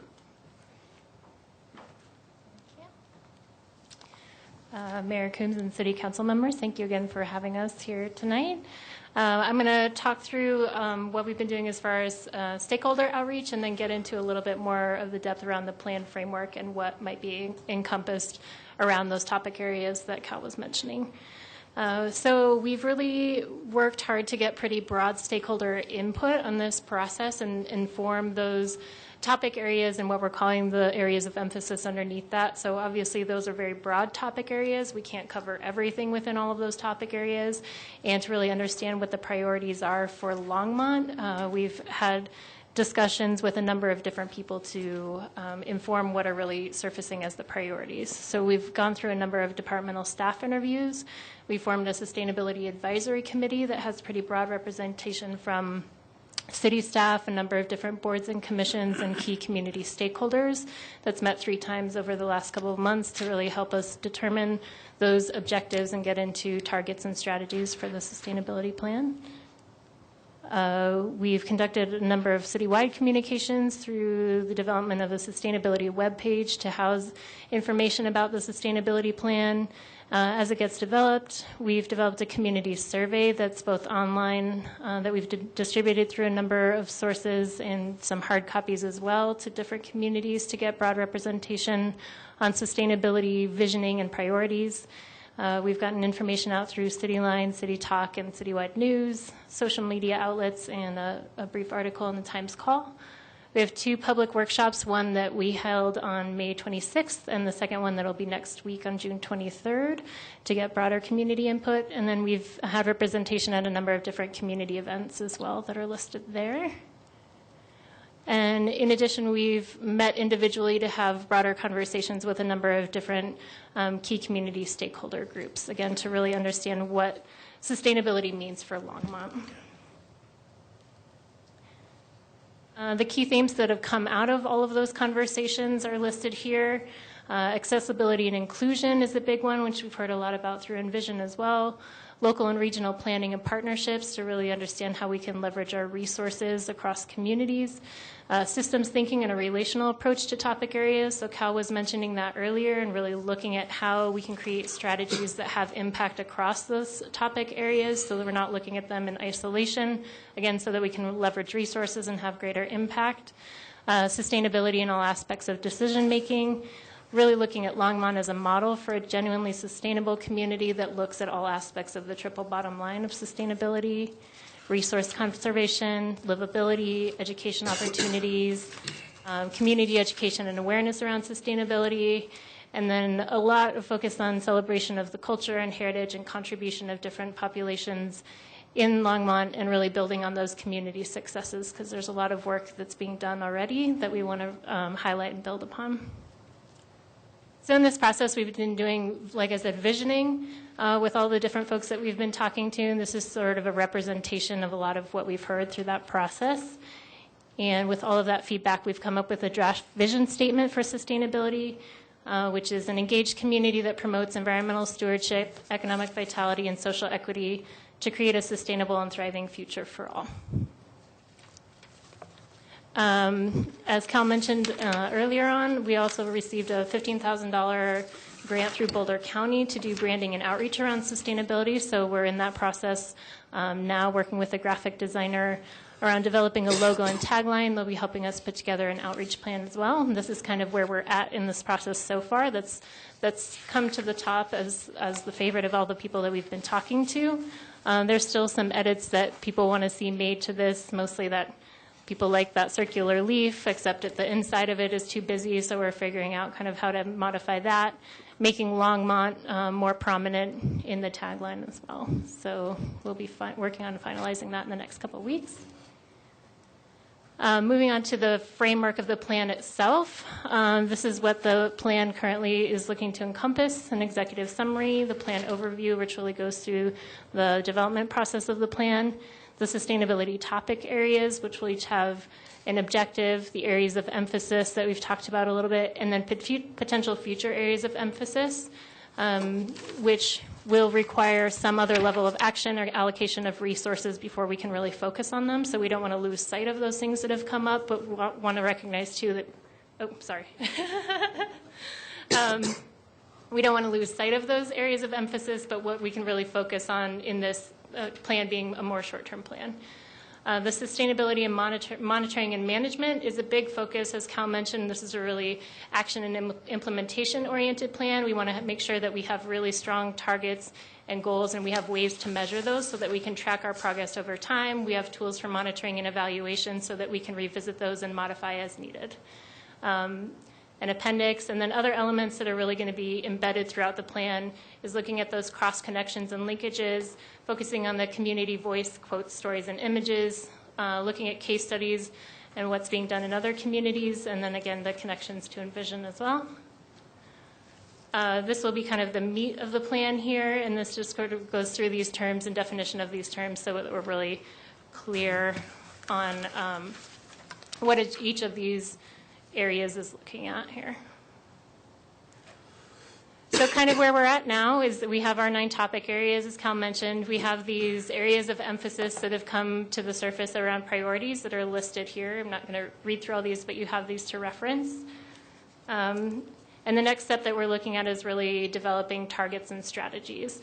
So to be focused on a really action-oriented plan, when we're developing our targets, we want them to be specific, achievable, and make sure that they're vetted through our technical advisors and service providers so that we're not picking targets out of the air, but there's something that we know that we can achieve in a reasonable time frame, and that we have the appropriate people weighing in on that, making sure that that's possible. We want to make sure they're quantitative in nature and measurable, and they're coordinated with indicators, again, so that we can track our progress over time. And these are a couple of different things that we've looked at in terms of starting to develop some of those preliminary targets. The strategies might be anything from projects, programs, partnerships, outreach efforts, funding, code and policy changes, among other things. And really looking at creating well-defined strategies that have descriptions, steps for how to implement those strategies, responsible parties, timelines and milestones, funding resources, other resources, and then the metrics for tracking. And to provide you an example of what that might look like, I'm not sure exactly what happened there. Sorry, I don't think, okay. We provided you an example in the topic area of waste. One of the areas of emphasis that's really come up as a priority, which I'm sure you all are probably familiar with some of the recent conversations, is around waste diversion and reduction. In working with our sanitation department, one of the targets that we're looking at is a 50% or greater waste diversion rate by 2025. So looking at, again, that quantitative desired result within a specific achievement date. The baseline condition currently is Longmont's Waste Diversion Center collected about 618 tons of recycling in 2015. So looking at information that's readily available that we can measure to track our progress. Strategies that we are potentially looking at to achieve that target are curbside composting, which is already in the works, commercial business recycling ordinance, and commercial waste hauler ordinance, licensing ordinance. And then just to provide an example of the strategies and what this will look like in the plan with the curbside composting program, again, the description, provide curbside composting to households within Longmont, the steps that would be needed to implement that strategy, the responsible parties, timeline and milestones, the funding sources through the pay-as-you-throw pricing and the compost fee, and then the metrics are the participation rate and the diversion rate. So it kind of brings us to the end here is our schedule. We are in June. We've had our last advisory committee meeting just yesterday, our third meeting there. We have our next public workshop again, like I said, next week. We're looking to have a draft plan by the end of June and a final draft by the end of July. So we'll open up for questions or comments. Councilmember Santos. Thank you, Mayor Coombs, Lisa, and Cal. I'm kind of surprised that the Sustainability Advisory Committee didn't include Water Board. Why?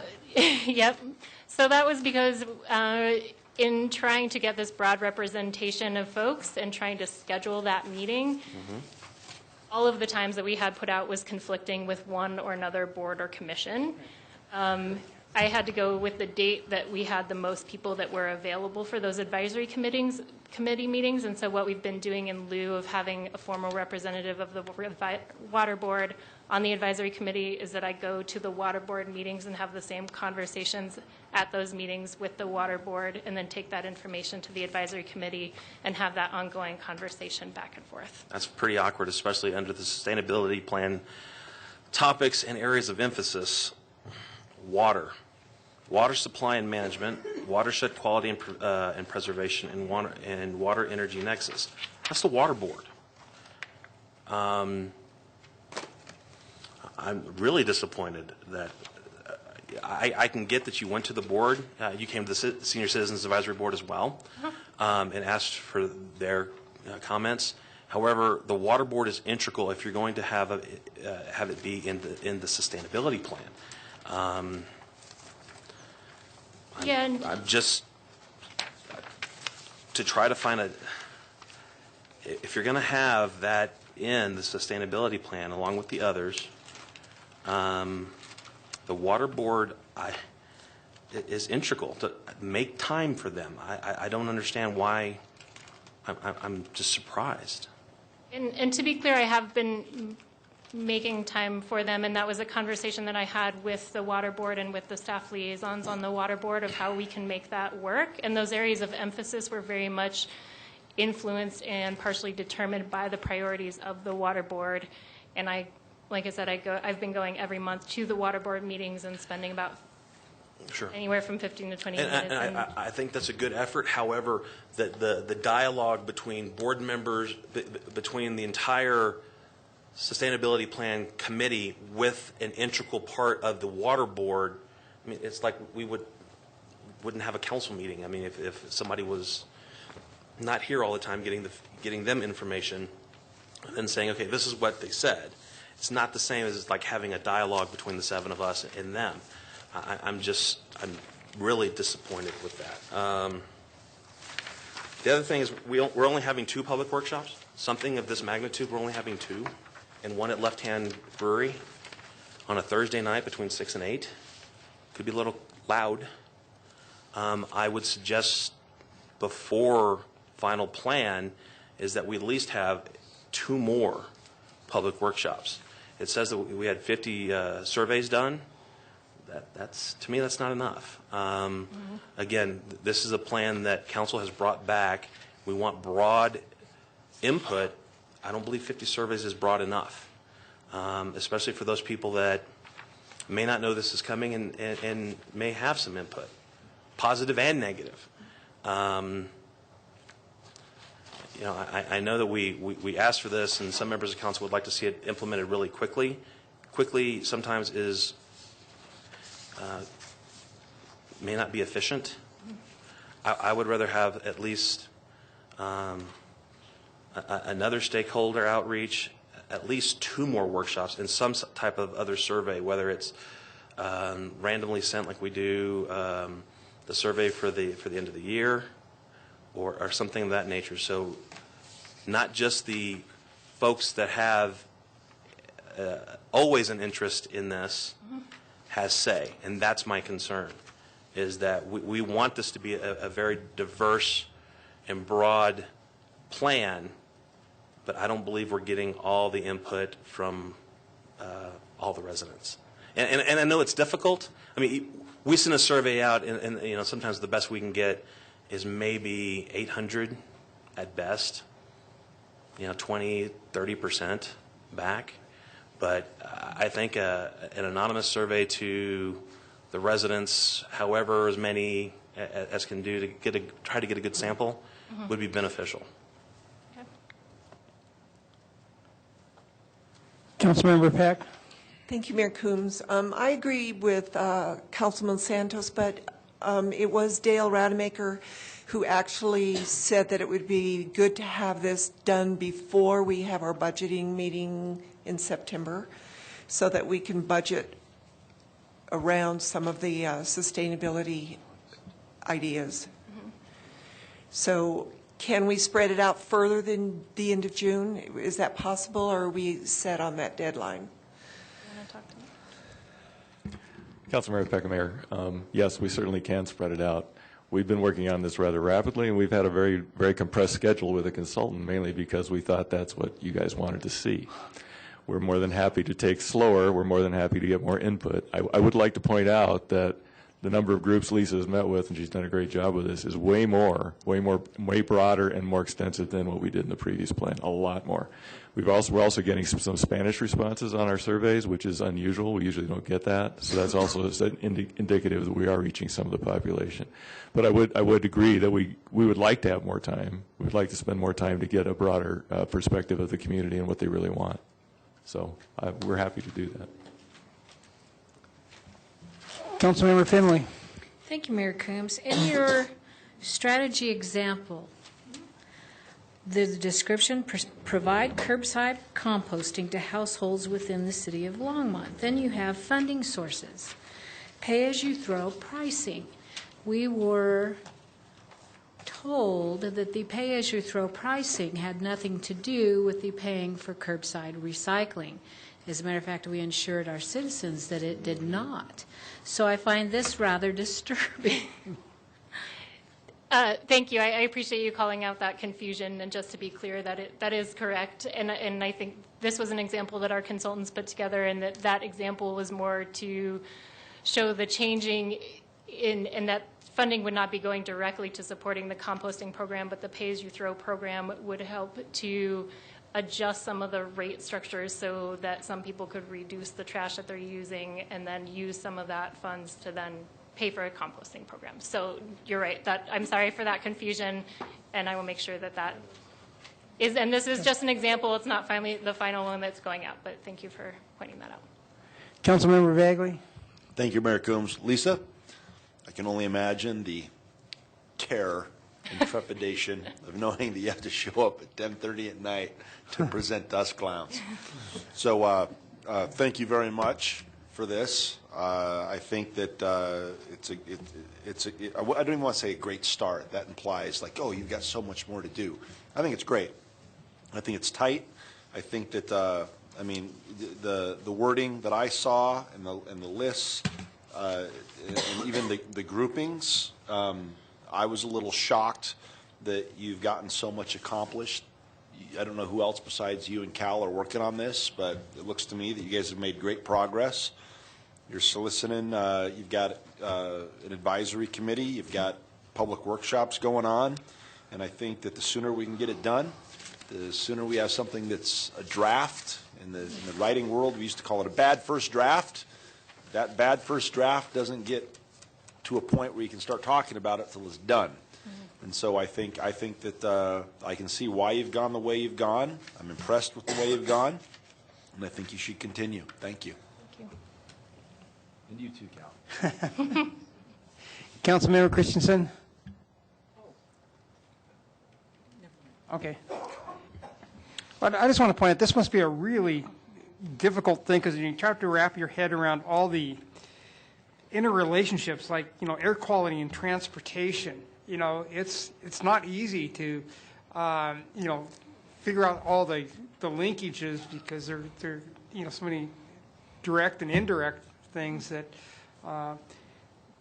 that's why you've got to really work on. I mean, I appreciate how difficult this must be, but so I can't imagine the complexity of trying to understand all these relationships. It's got to be really hard. So thank you. Councilmember Christensen, you're now on cue. Yes. What if we move the deadline back to August instead of July and have one more public meeting? Thank you. Councilmember Moore. Thank you, Mayor Coombs. Lacey, you've done a really good job. Thank you very much. Doesn't look like you've lost too many cats in your herding efforts, so that's good work. And I do think it's important to make sure that the public has an opportunity. There might be something else we can do as a city to make sure we get the word out, and because not everybody reads the city line, not everybody reads the newspaper, but I know we have other resources on Twitter and Facebook and those type of things. So I would like to see one more public meeting and just give you one more chance to take a breath before you submit the final draft. Thanks. Thank you. Councilmember Santos. Thank you, Mayor Coombs. And Lisa, this is great work. Okay, don't get me wrong. Just a little disappointed about the water board thing. However, we, as a city, we've always prided ourselves with great public outreach. Perhaps Rhythm on the River. It's whenever in July, but I would like at least 2 more. I mean, I keep thinking about Envision and how Envision has gone through. Now, bigger plan, but we should at least have 2 more public outreaches that with notifications going potentially everywhere. Late August, early September is fine. The budget is not. We'll be working on the budget September, October. There's still time. So I guess my question to you, Harold, is, I mean, obviously when you work on this, you're working on grants. You have a budget.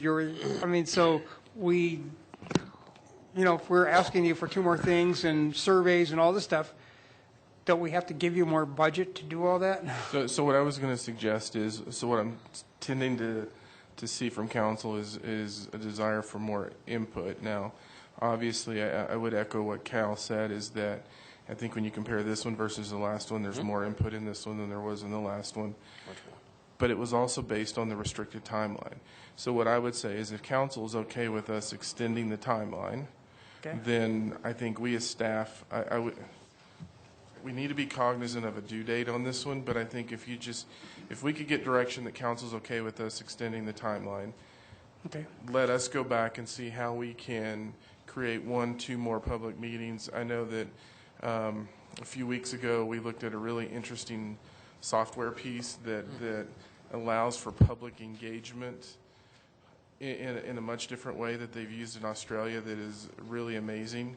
And so I just looked at Sandy and said, we probably need to talk about that and maybe look at pushing it along, because it does a lot of what you all are talking about.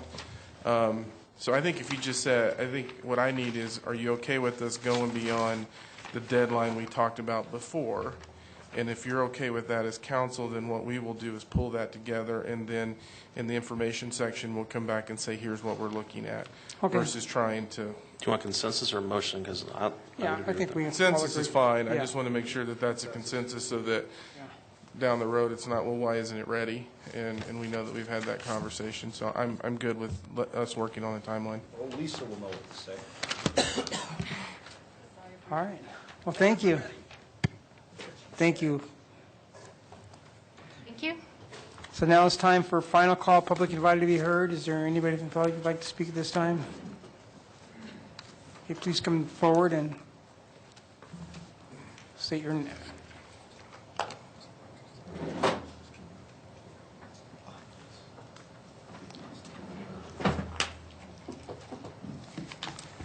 My name is Keith Griffith, 7066 Johnson Circle, Niwot. You're all sick of this topic, and so am I. I'm glad it's over, at least for the moment. But there's a humorous poster that's often seen in office environments. It's usually pictured as a few pirates and a whipping post. It says, floggings will continue until morale improves. We all laugh at that, but we are witnessing in the city staff now and the city council applying a modified version of that management philosophy to the airport. You did make some improvements tonight, and I thank you for that. It is better. It's still well short of where we need to be, in my opinion. I've seen the city's interaction with the airport and its investors for decades now, far more than anyone currently on city staff or in the council. Over that lengthy time period, the city's attitude has ranged from ambivalent to downright hostile. Tonight's actions keep that needle someplace in the midpoint between the two. In the mid-1990s, I built over 30 hangars at the Longmont Airport as a short-term developer. I sold every one of them, except for the one that I now personally use. I moved those investment dollars down to Rocky Mountain Metro Airport because, unlike Longmont, it's properly managed, and that airport has the complete commitment of its political sponsor. The standard lease that Longmont offers to potential investors says the following, and I'll quote from the lease. The city makes no covenants or warranties as to the present or future condition or suitability for particular use of the airport or the premises. The city shall be under no obligation to maintain the airport in a particular location or condition. Does that sound like a city that's interested in running an airport? That lease statement, along with council's actions tonight and over the past many years, and city staff's attitude, they all combine to explain why the majority of private investments at the airport have been small, why the runway is still stubby, why the main terminal looks like a refugee from World War II, and why the tenants who appeared before you tonight feel marginalized. The governing philosophy is wrong. Staff is too concerned with placating the FAA and reading the minutia of internal FAA documents to the board here, to the council. For every clause that you can read in that 679-page document, I can find 2 modifiers or loopholes that allow you to tailor those documents to what Longmont needs. I would love to have an airport manager and a city manager that would advocate before the FAA for our airport users and for our point of view. For instance, he would say to the FAA, Jeffco Airport, Rocky Mountain Metro, gets by with this $25 fee. I want that deal for Longmont. I don't want to live with the ball and chain of that $350 fee when they get $25. We got to compete with those people. If our airport manager, our city manager, took that point of view, it'd make a hell of a difference. Let's hire that guy if we can find him. Thank you. So now is there anybody else like to speak at final call, public invited to be heard? What he said. Let's see, what shall I do? Paul Tiger, 335. I'll just pick an address because I'm not giving you mine.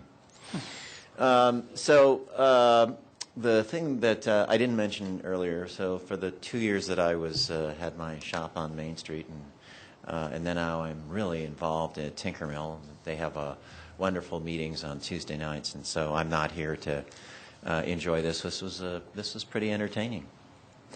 I've been spending a lot of time at the state legislature. I think some of you know that I've been working on the approval voting bill, and I'll be working on that again. However, I'm going to take some time to talk to legislators about distracted driving.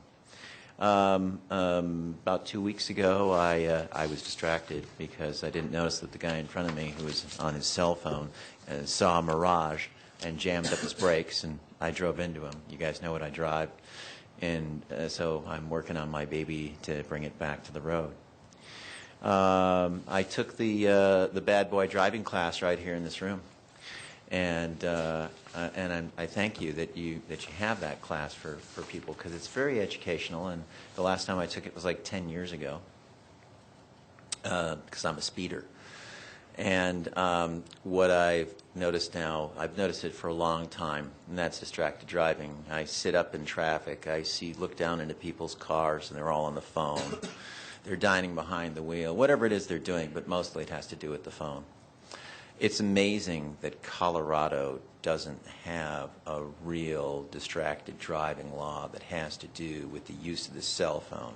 First it was kids that were texting. Now it's people that are texting. Anytime you pick up that smartphone, you got to fiddle with it. And people are driving into each other.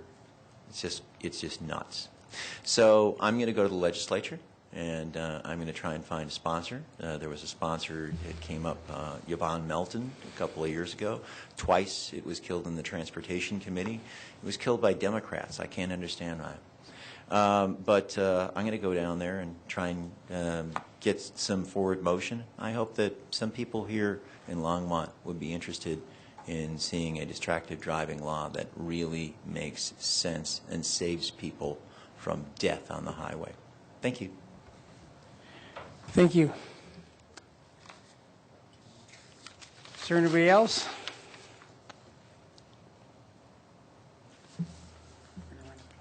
Geez, it's late. Do you do this every Tuesday?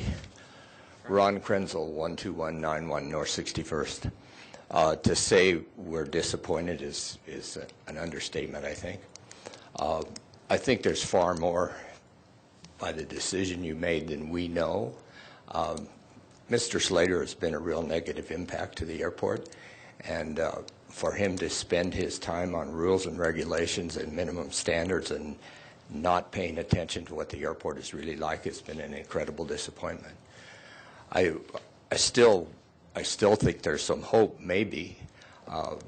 When you hear something like what happened tonight, when you flatly ignore the people who pay for the airport and move forward on his advice, this grand assurances thing is just a smokescreen. It just isn't true. That the airport has never been in violation. I think that's probably not true because of what we heard about, and that probably is a mile-high deal. And I think there's some pressure from the lead. I think what it is, I don't know. I hope that you can go forward and we can see we're working on moving a runway extension and better facilities. And all the time I've been at the airport since, I've only been there since about 96 or 97. I've never seen a good thing. I thought in 2011 that was going to happen. It certainly didn't. But I hope we can go forward somehow. I know that you haven't heard the last from us, and maybe we can do something positive, we hope. Thanks. Anybody else like to speak at final call, public invited to be heard? Okay, I'm going to close final call, public invited to be heard. So now it's time for mayor and council comments. Okay. Councilmember Santos. Thank you, Mayor Coombs. And regarding the airport, so I will address it. Being appointed to the Airport Advisory Board in 2013, the Airport Advisory Board was working on the rules and regulations that included minimum standards. You know how I know? Because I still have the agenda. Yes, I understand that people aren't happy. But, you know, we do the best job that we possibly can. It's not David Slater. I think the negative impact kind of goes both ways. That, yes, there are some members of council that may not like the airport. There are a lot of people at the airport that don't like members of council. And I've been on this council since 2008. Been a very advocate for the airport. I grew up in an Air National Guard family. Know all about planes. Am I a pilot? No.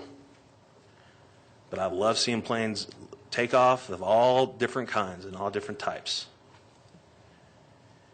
You know, someone said this evening that the airport ran with less management before David got here.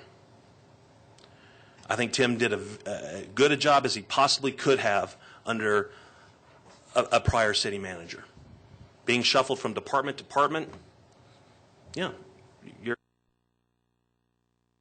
extending the meeting. I apologize, Mayor. All right, that passes 5-2 with Councilmember Moore and Bagley dissenting. So continue. I'm sorry to interrupt you. I understand. Thank you, Mayor, and I apologize for that.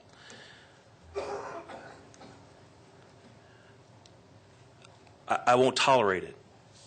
I supported Tim in his job. I support David with the job that he does. I support every member of the employees in the city has. They do a thankless job. And to say that, you know, whether they're on the take with a lead or we're on the take with a lead, preposterous. It only pisses me off. There are a lot of people that spoke tonight. Some of them I respect, and some of them I respected. Before my term is up, it's my hope that we have the type of things at the airport. Got to pay for water. Got to pay for electricity. Guess what? I want Next Light out there. I'd love to have a restaurant. I'd like to see Diane have a restaurant out there. But after tonight, I'm going to try to forgive some of the things that were said this evening. And I hope you guys do too. Councilmember Peck? Thank you, Mayor Coombs. I have two motions. Sorry it's late, but I want to get these motions in. At the end of last year, we gave direction to staff to get an analysis of skydiving jump fees from different cities. So tonight, I move to direct staff to bring to council the analysis and recommendations for skydiving jump fees at our municipal airport. Okay, motion's been made. It's been seconded. Councilmember Bagley? Thank you, Mayor Coombs. Staff's, Harold, I'd like your overall thoughts. We talked about is timing right? I mean, is timing right to do this? Is capacity there?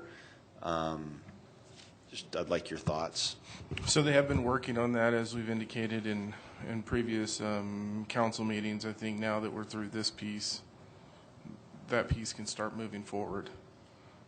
It's just, there's just a lot going on. So obviously now we do have that capability. So that, I believe it's still with John, or it came back from John and now it's back to John. So the question is, so my question is, I thought there was a motion already. There is. I mean, and that's the direction that we're actually working on from council. Right. So maybe the more appropriate thing to do would maybe say, what's the update and what's the timeline? Yeah. So what's the update? What's the timeline? The update is that it's been going back and forth with legal counsel. I think we're shooting for a July time frame. Okay. Yeah. So I remove the motion and thank you. So my second motion is I move to direct staff. Nope, wrong one. I move to support the Latino Festival with in the amount of $10,000.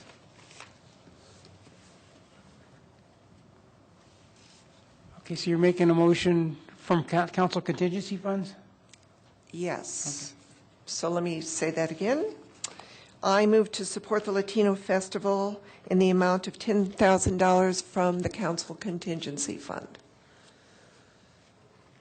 Okay, I guess for the sake of voting on that, I'll second the motion. Although, you know, I hope that's a successful thing, but, you know, I'm a little concerned, too, that, you know, we have other ethnic populations, like, you know, the Chinese New Year's thing that we don't give any money to. So, you know, we could be heading down a slippery path, but you know, we do have $112,000 of council contingency. We may need $40,000 for trees.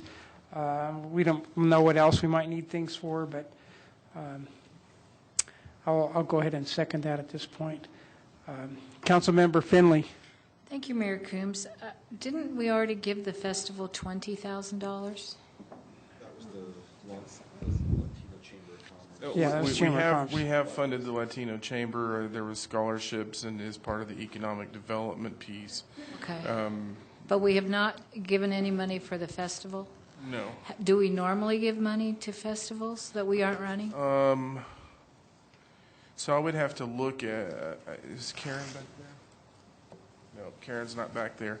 I know that the, and I just dropped the name of it, the Multicultural Action Committee does work on some of the others, but that's done within their budget, and they have programs to do that. I think in the past, council may have done this, but I don't remember it since I've been here. But, so typically Isn't that there a goes through the formal process multicultural. that folks normally go through in order to receive sponsorship money? So there used to be, but if you remember, we had a designated set of programs that we funded that were funded in one-time funding, and we ended up moving those in, and council direction was that this is a group that we're going to do, and we're going to do that through the ongoing funding that we incorporated in the last budget cycle.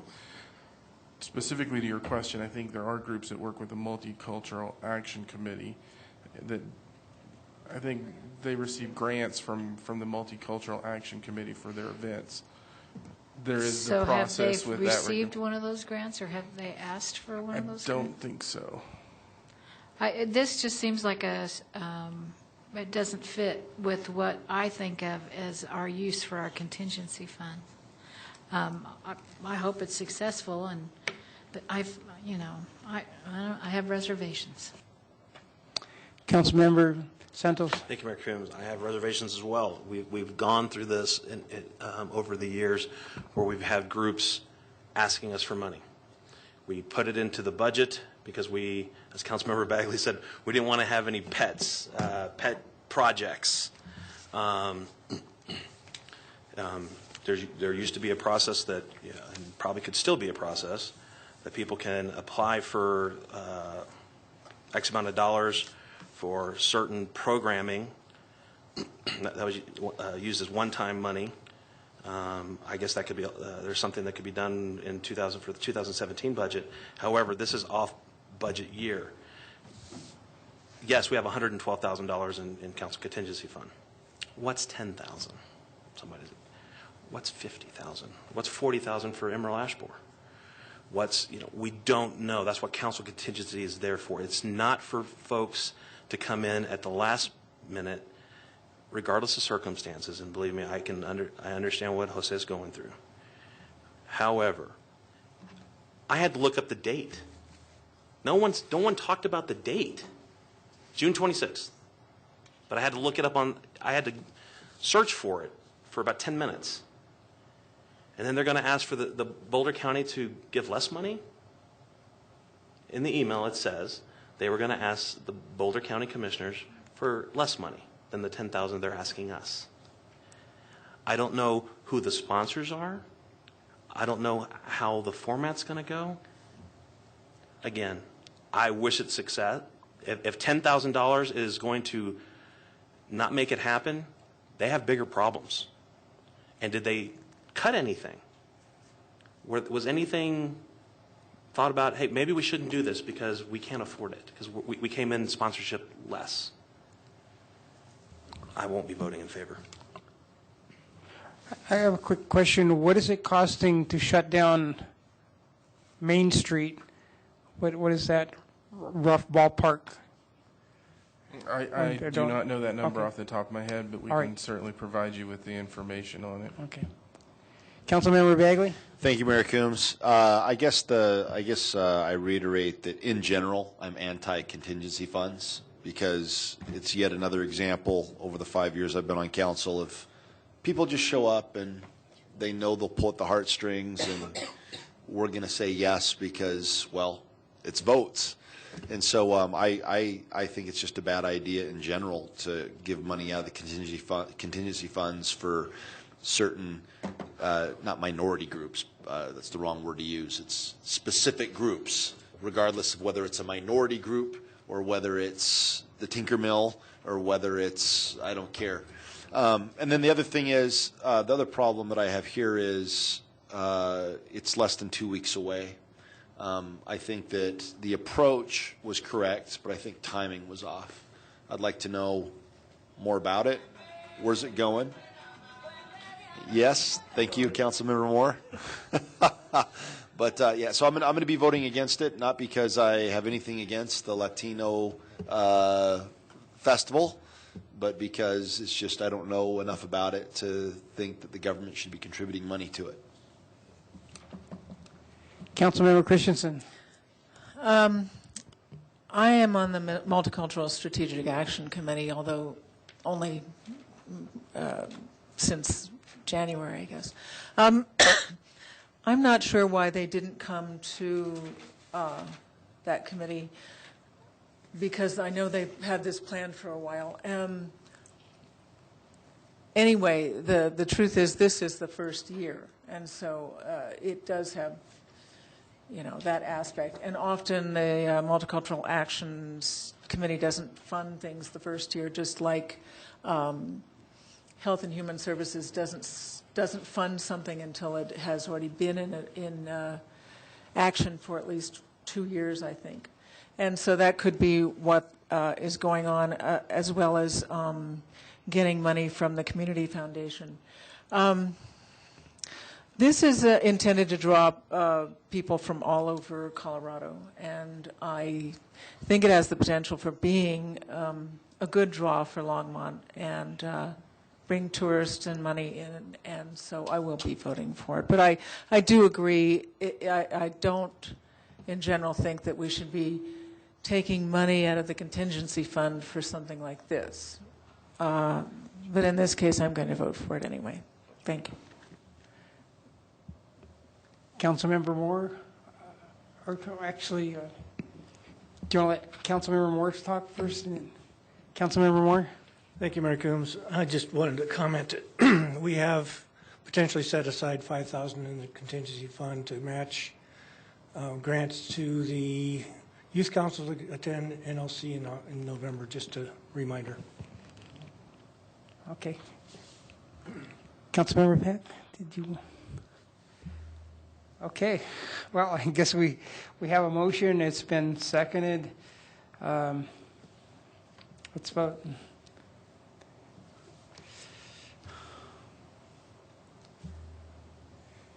All right. It fails with Councilmember Moore, Councilmember Bagley, Councilmember Santos, and Councilmember Finley dissenting.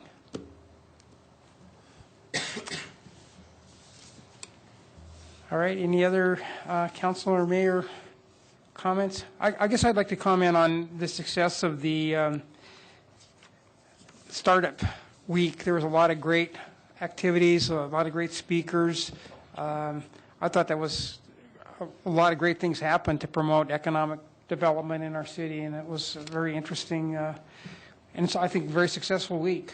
So it was great to hear Ted Risk's story on starting Wibby Brewing and all the things that he went through, and yeah, it was an amazing week. So I'd like to thank all the people that worked hard to put on a great program and turning the chamber and all the hard work that went into that and finding the speakers, and Jessica Erickson worked pretty hard on that, and so anyway, that was very, very successful. Thank you. Anybody else have any comments? All right, city manager, any comments? No comments, Mayor, Council. City attorney, any comments? No comments, Mayor. All right, this meeting is adjourned. That's what's called job security right there, Eugene. Now, that's why I know that you know what